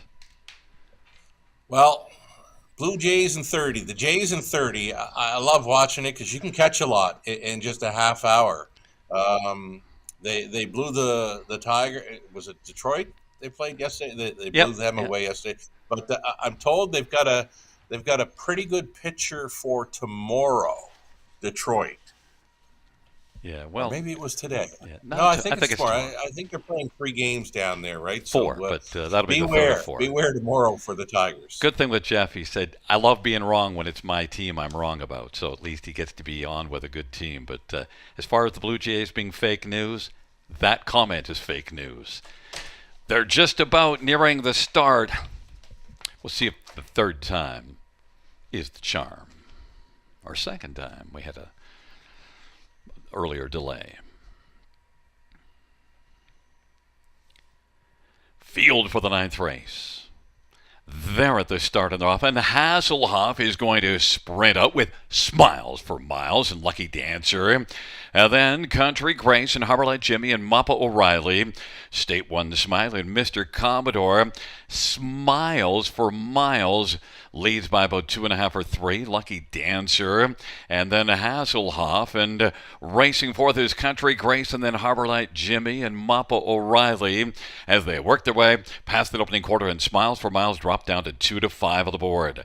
Lucky Dancer racing position second. Hasselhoff is third as they race on past us, then a gap of 5, and Country Grace is racing position to 4th in front of Harbour Light Jimmy, then Mappa O'Reilly, State One Smiley, and Mr. Commodore. The field works their way up to the half, and look at that opening quarter, 25 and 3. Smiles for Miles wanted the front early and got it with Lucky Dancer second. Hasselhoff on the outside. is racing position to third. Hooking wheels well back, Mappa O'Reilly and State One Smiley, and that impacted Mr. Commodore, who's off stride. It is Smiles for Miles, who is stretching it out and leads Lucky Dancer by about 4. Hasselhoff on the inside. Country Grace on the outside is third. Hasselhoff is fourth, and Harborlight Jimmy is fifth, but Smiles for Miles cruising 3/4 123 flat, and Smiles for Miles after a 25 and 3 opening quarter is still marching. Smiles for Miles leads by about 7 as they turn for home.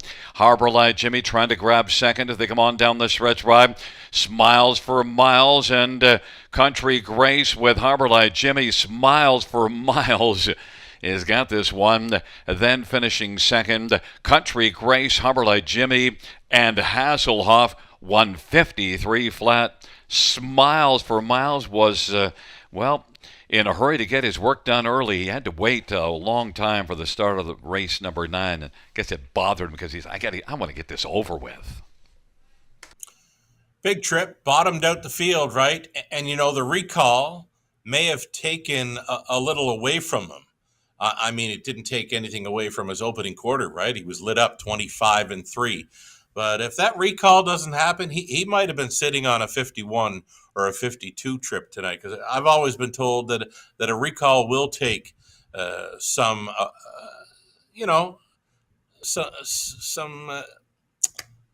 I don't know how to say little it. starch. Some energy.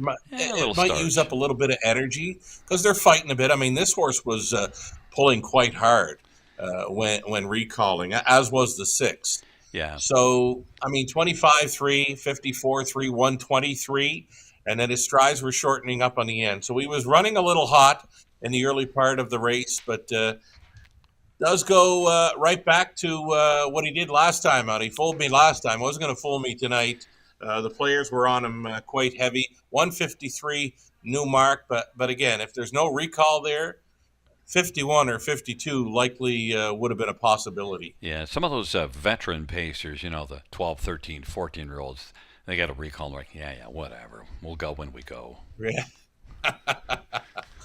Pretty much. Well-meant winner here, 2-5. We figured that kind of price, 1-5 or 2-5, and just good to go for 2 return race wins. I mean, winner off the shelf in the latest, and just as good this week. How about Country Grace getting in there for second at 40-1? So that at least, if you're playing an exactor ticket, gives you a shot. We didn't get one of the ones that were getting the most money next underneath. Big number. One of the longer shots, if not the longest shot, finishing second at 40-1. I mean, the 3 left out, so that cost the 7 the 2-hole ride. So Hasselhoff, though, for what he went through early, he finished up pretty good to be fourth. Yeah, it's a 5-4-1-7 top 4. Back in front of us is 5 Smiles for Miles, a 4-year-old McWicked Bay gelding by William McKay and David Serwatic, and Chantel Mitchell is the trainer. Sammy Filias, the winning driver. Smiles for Miles, second win this year, 4th lifetime.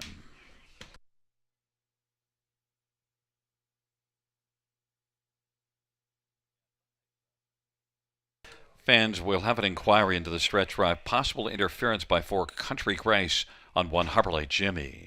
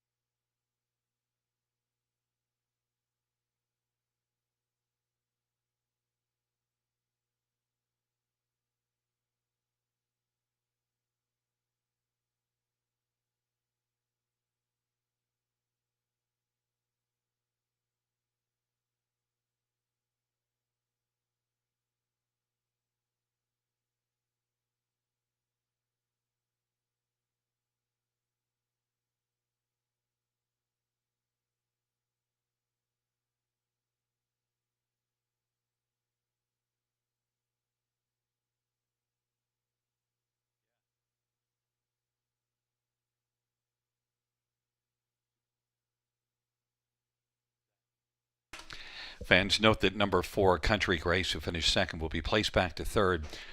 Judges determining 4 Country Grace did interfere with 1 Harbor Light Jimmy. The new top 4 will be 5, 4, 1, 7.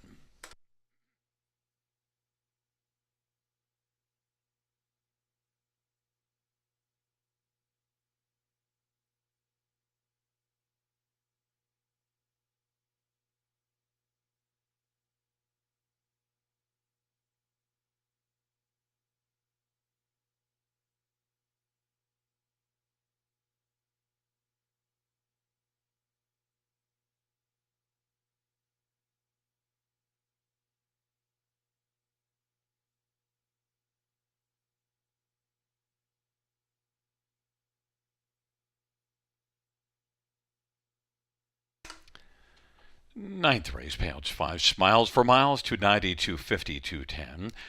1 Harbor Light Jimmy, 740 and 460, and 4 Country Grace, 540. $2 exactor, 27.50. Dollar try, 112.75. Dollar super, 602.10. 20-cent super, 120.42.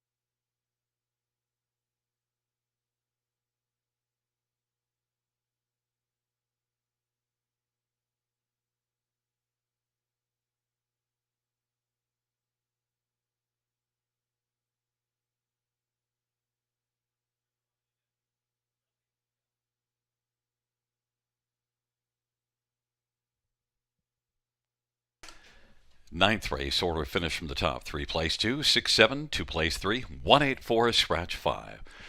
From the top down, 2, 6, 7, 3, 1, 8, 4, scratch 5.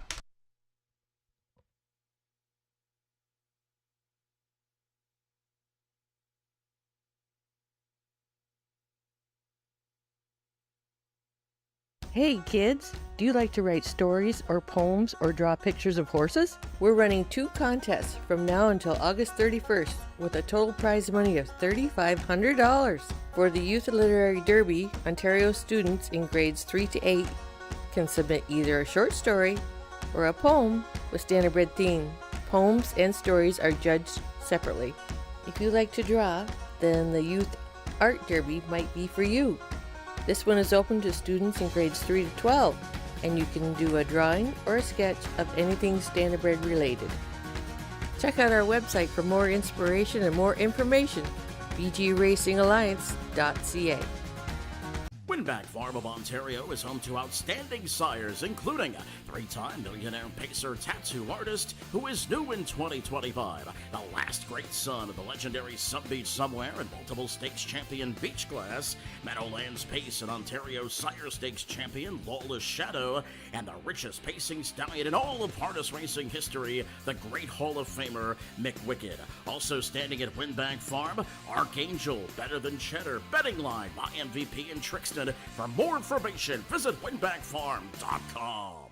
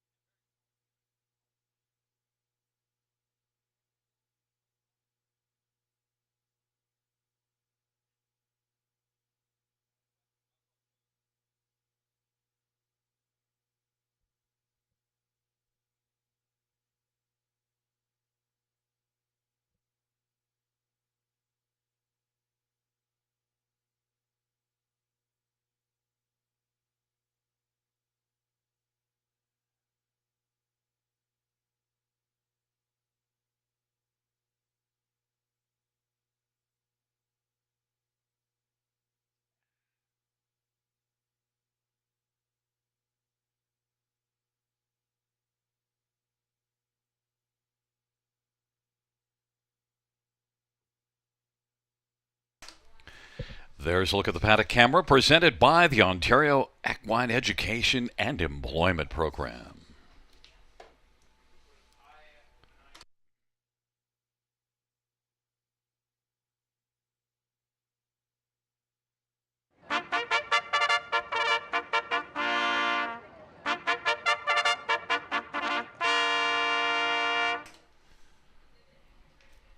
Field on post grade 1 beach games. Anthony Hunt for Francis Dumichel and John Enright. Number 2 is RJ Jean Austin Sorry for Ruth Moore and James Hasty. Number 3, McWicked Move, Jason Ryan for Brent Dunbar and Dorothy Dunbar. And number 4, Dear Abby, Sammy Fillier for Blake McIntosh and Hut Racing. Number 5, All-Star Twinkle, Scott Kohler for Pamela Goodale. Number 6, Ariel's Bet, Jay Harris for Jody Cullen. Number 7, Panthermonium, Jeffrey Hunt for Matthew Paddock and Mataraw Stable. 8 is Stilton Gold, Daryl Thiessen for Harry Martin. And number 9, Little Moments, Nick Boyd for Craig Bars and Norko Sokolovic of Field of 9, race number 10. Let's get a look at this field, and how about a look at 17-1 McWicked Move, your top one. Boy, I doubted you a little bit with McWicked Move, but I still used this one on my ticket, and well, the fans are against you, Sugar.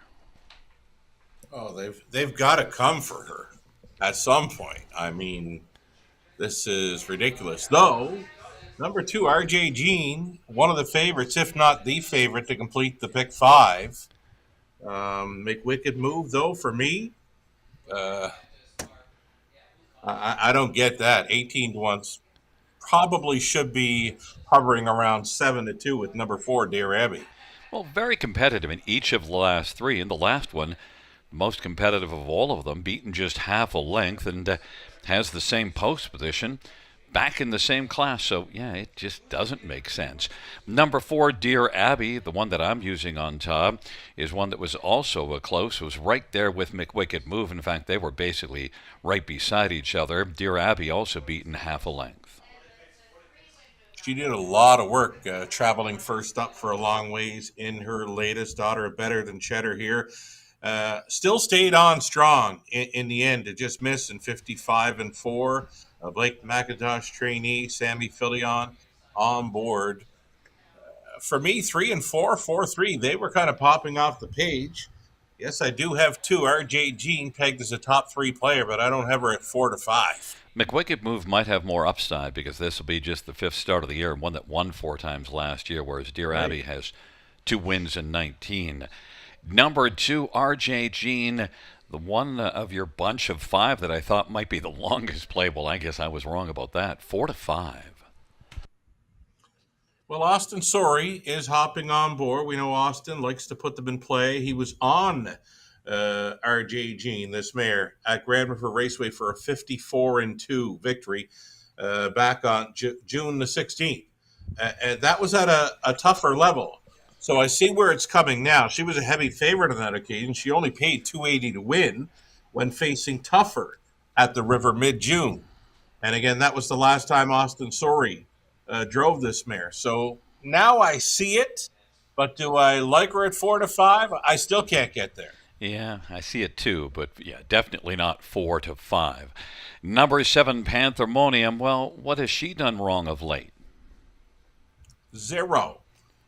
A couple of wins in her latest. One was gate to wire. The last one was off the pace from the wide side. Likely to be at the mercy of the pace in this one. I don't see her leaving in here. But she can get to the quarter 27 from post 6. So maybe Jeff Hunt wants to hit the go button right off the card this evening. Interesting straightaway on the way to the quarter here. Lots can happen. I like that 11-1 on Panthermonium. I used Panthermonium for second after Dear Abby.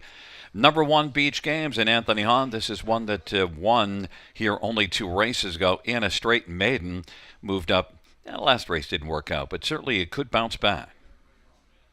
Flat last time out. Uh, Better effort to start before.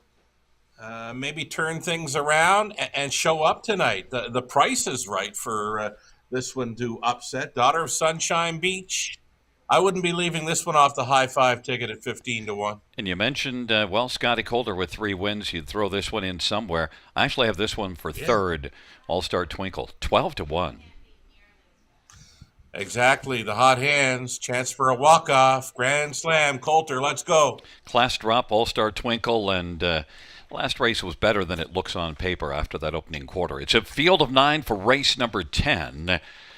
They're approaching the start. The final dash on a fabulous Friday night as we are gathered at the river.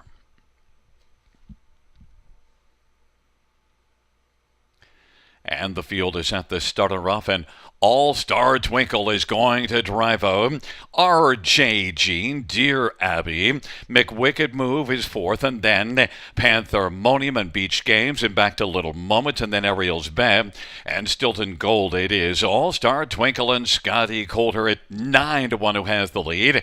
R.J. Jean is going to step out from second now, and R.J. Jean, 3-5 favorite, is going to loop on around All-Star Twinkle now and look to come on and grab the lead. R.J. Jean is on top. All-Star Twinkle is right there racing along in the pocket now in the back of the heavily favored R.J. Jean.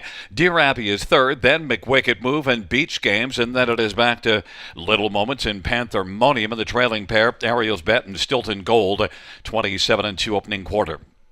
R.J. Jean, heavy favorite, 3-5, has a lead of a length and a half. All-Star Twinkle is looking solid in the pocket. Dear Abby is third. Beach Games is moving on the outside and is alongside McWicked Move. That pair is sharing fourth, and then sixth is a Little Moments, and seventh is Panthermonium. Then Ariel's Bet and Stilton Gold, but R.J. Jean continues on. Now is open to a lead of about 2 1/4. All-Star Twinkle, Dear Abby, and then racing fourth is McWicked Move, and then it's Little Moments, and Panthermonium is sixth, and backing ways Beach Games. R.J. Jean continues on. 1:24 1 3/4 time. All-Star Twinkle is second, getting a little bit closer. Now some urging by Austin Story with R.J. Jean, and All-Star Twinkle on the outside is trying to call her R.J. Jean, who's done some work early. R.J. Jean, All-Star Twinkle. R.J. Jean is still game. All-Star Twinkle is getting closer. R.J. Jean is game the wall the way to the finish. R.J. Jean, All-Star Twinkle, then Dear Abby and McWicked Move and Panthermonium, 154 flat. R.J. Jean, the money came early and stayed on, and R.J. Jean, 3-5, lived up to it. Lived up to the billing indeed. I went back to check the will pays for both the pick 4 and pick 5, and this mare, she was the favorite to complete both of those multi-leg wagers. So the money was well meant here, and she was never better. 154 flat, was riding pocket, 27-2 at the quarter. Austin said, let's put her on top. Took control and was able to hold off All-Star Twinkle. Much better on the front because last time out sat the pocket at Hanover and came home in 30-3, and I kind of faulted her for that, but I guess a different animal on the lead. Yeah, I wouldn't say she's a one-trick pony or anything like that, but you know what? Just kind of rounding into form, right? She came back in early June. Well, let's see. I'm going to go back now. 5 starts this season, so she looked to make a trip maybe in the spring, and then she's been back. No. A couple qualifiers back May into June. So, yes, indeed, it's only 5 starts this season, so rounding into form finally, just kind of backtracking here, Gary. Sorry. No, and look, that's good. And one thing, this one was really good last year, 9 out of 19 in the top 2. So it's not like it's unexpected that she would be good. Just I didn't see her bombing this field like that, 3-5. All-Star Twinkle, Scotty Coulter had himself a good night. Couldn't track down R.J. Jean, but raced well. Yeah, I was kind of cheering for him, 9-1 price player. Put him in play anyway. Gave this daughter of a sports writer every shot, but R.J. Jean, as mentioned, the money was well meant. I mean, the last time she won, she's $280. This time she wins a little over $3. So when she wins, The players are on her quite heavy. Have yourself a good weekend. Study up. We'll be back Monday night. Sounds great, Gary. Have a good one. Back in front of us is number 2, R.J. Jean, 5-year-old Dally Bay, Maryland by Ruth Moore and James Hasty. Ruth Moore, the trainer. Austin Sorry, the winning driver. Second win this season. And it is the 7th win lifetime, R.J. Jean, 154 flat.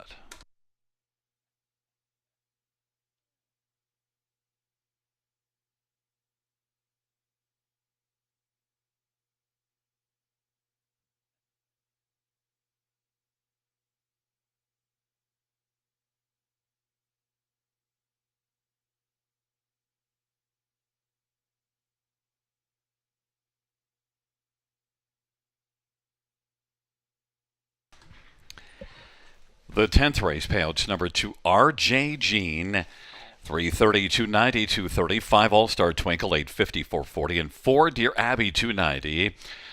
$2 exactor is $17.30. Dollar try, $28.65. Dollar high five, $375.35.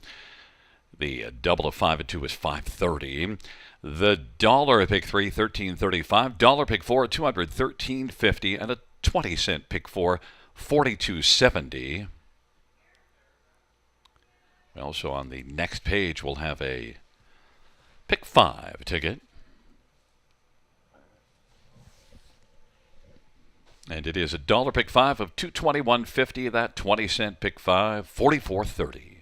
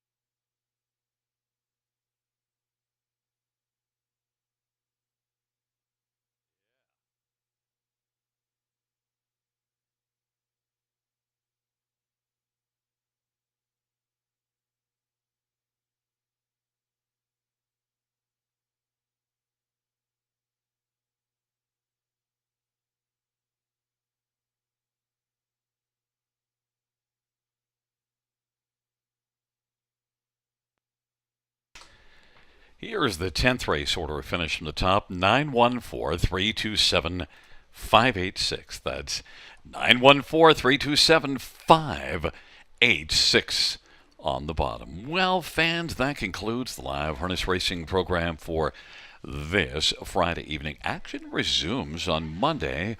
Our first dash will go to post at 6:20 p.m. Buenas noches, amigos. Good night, everybody. Good night, Josie Bean. Good night, Jeff.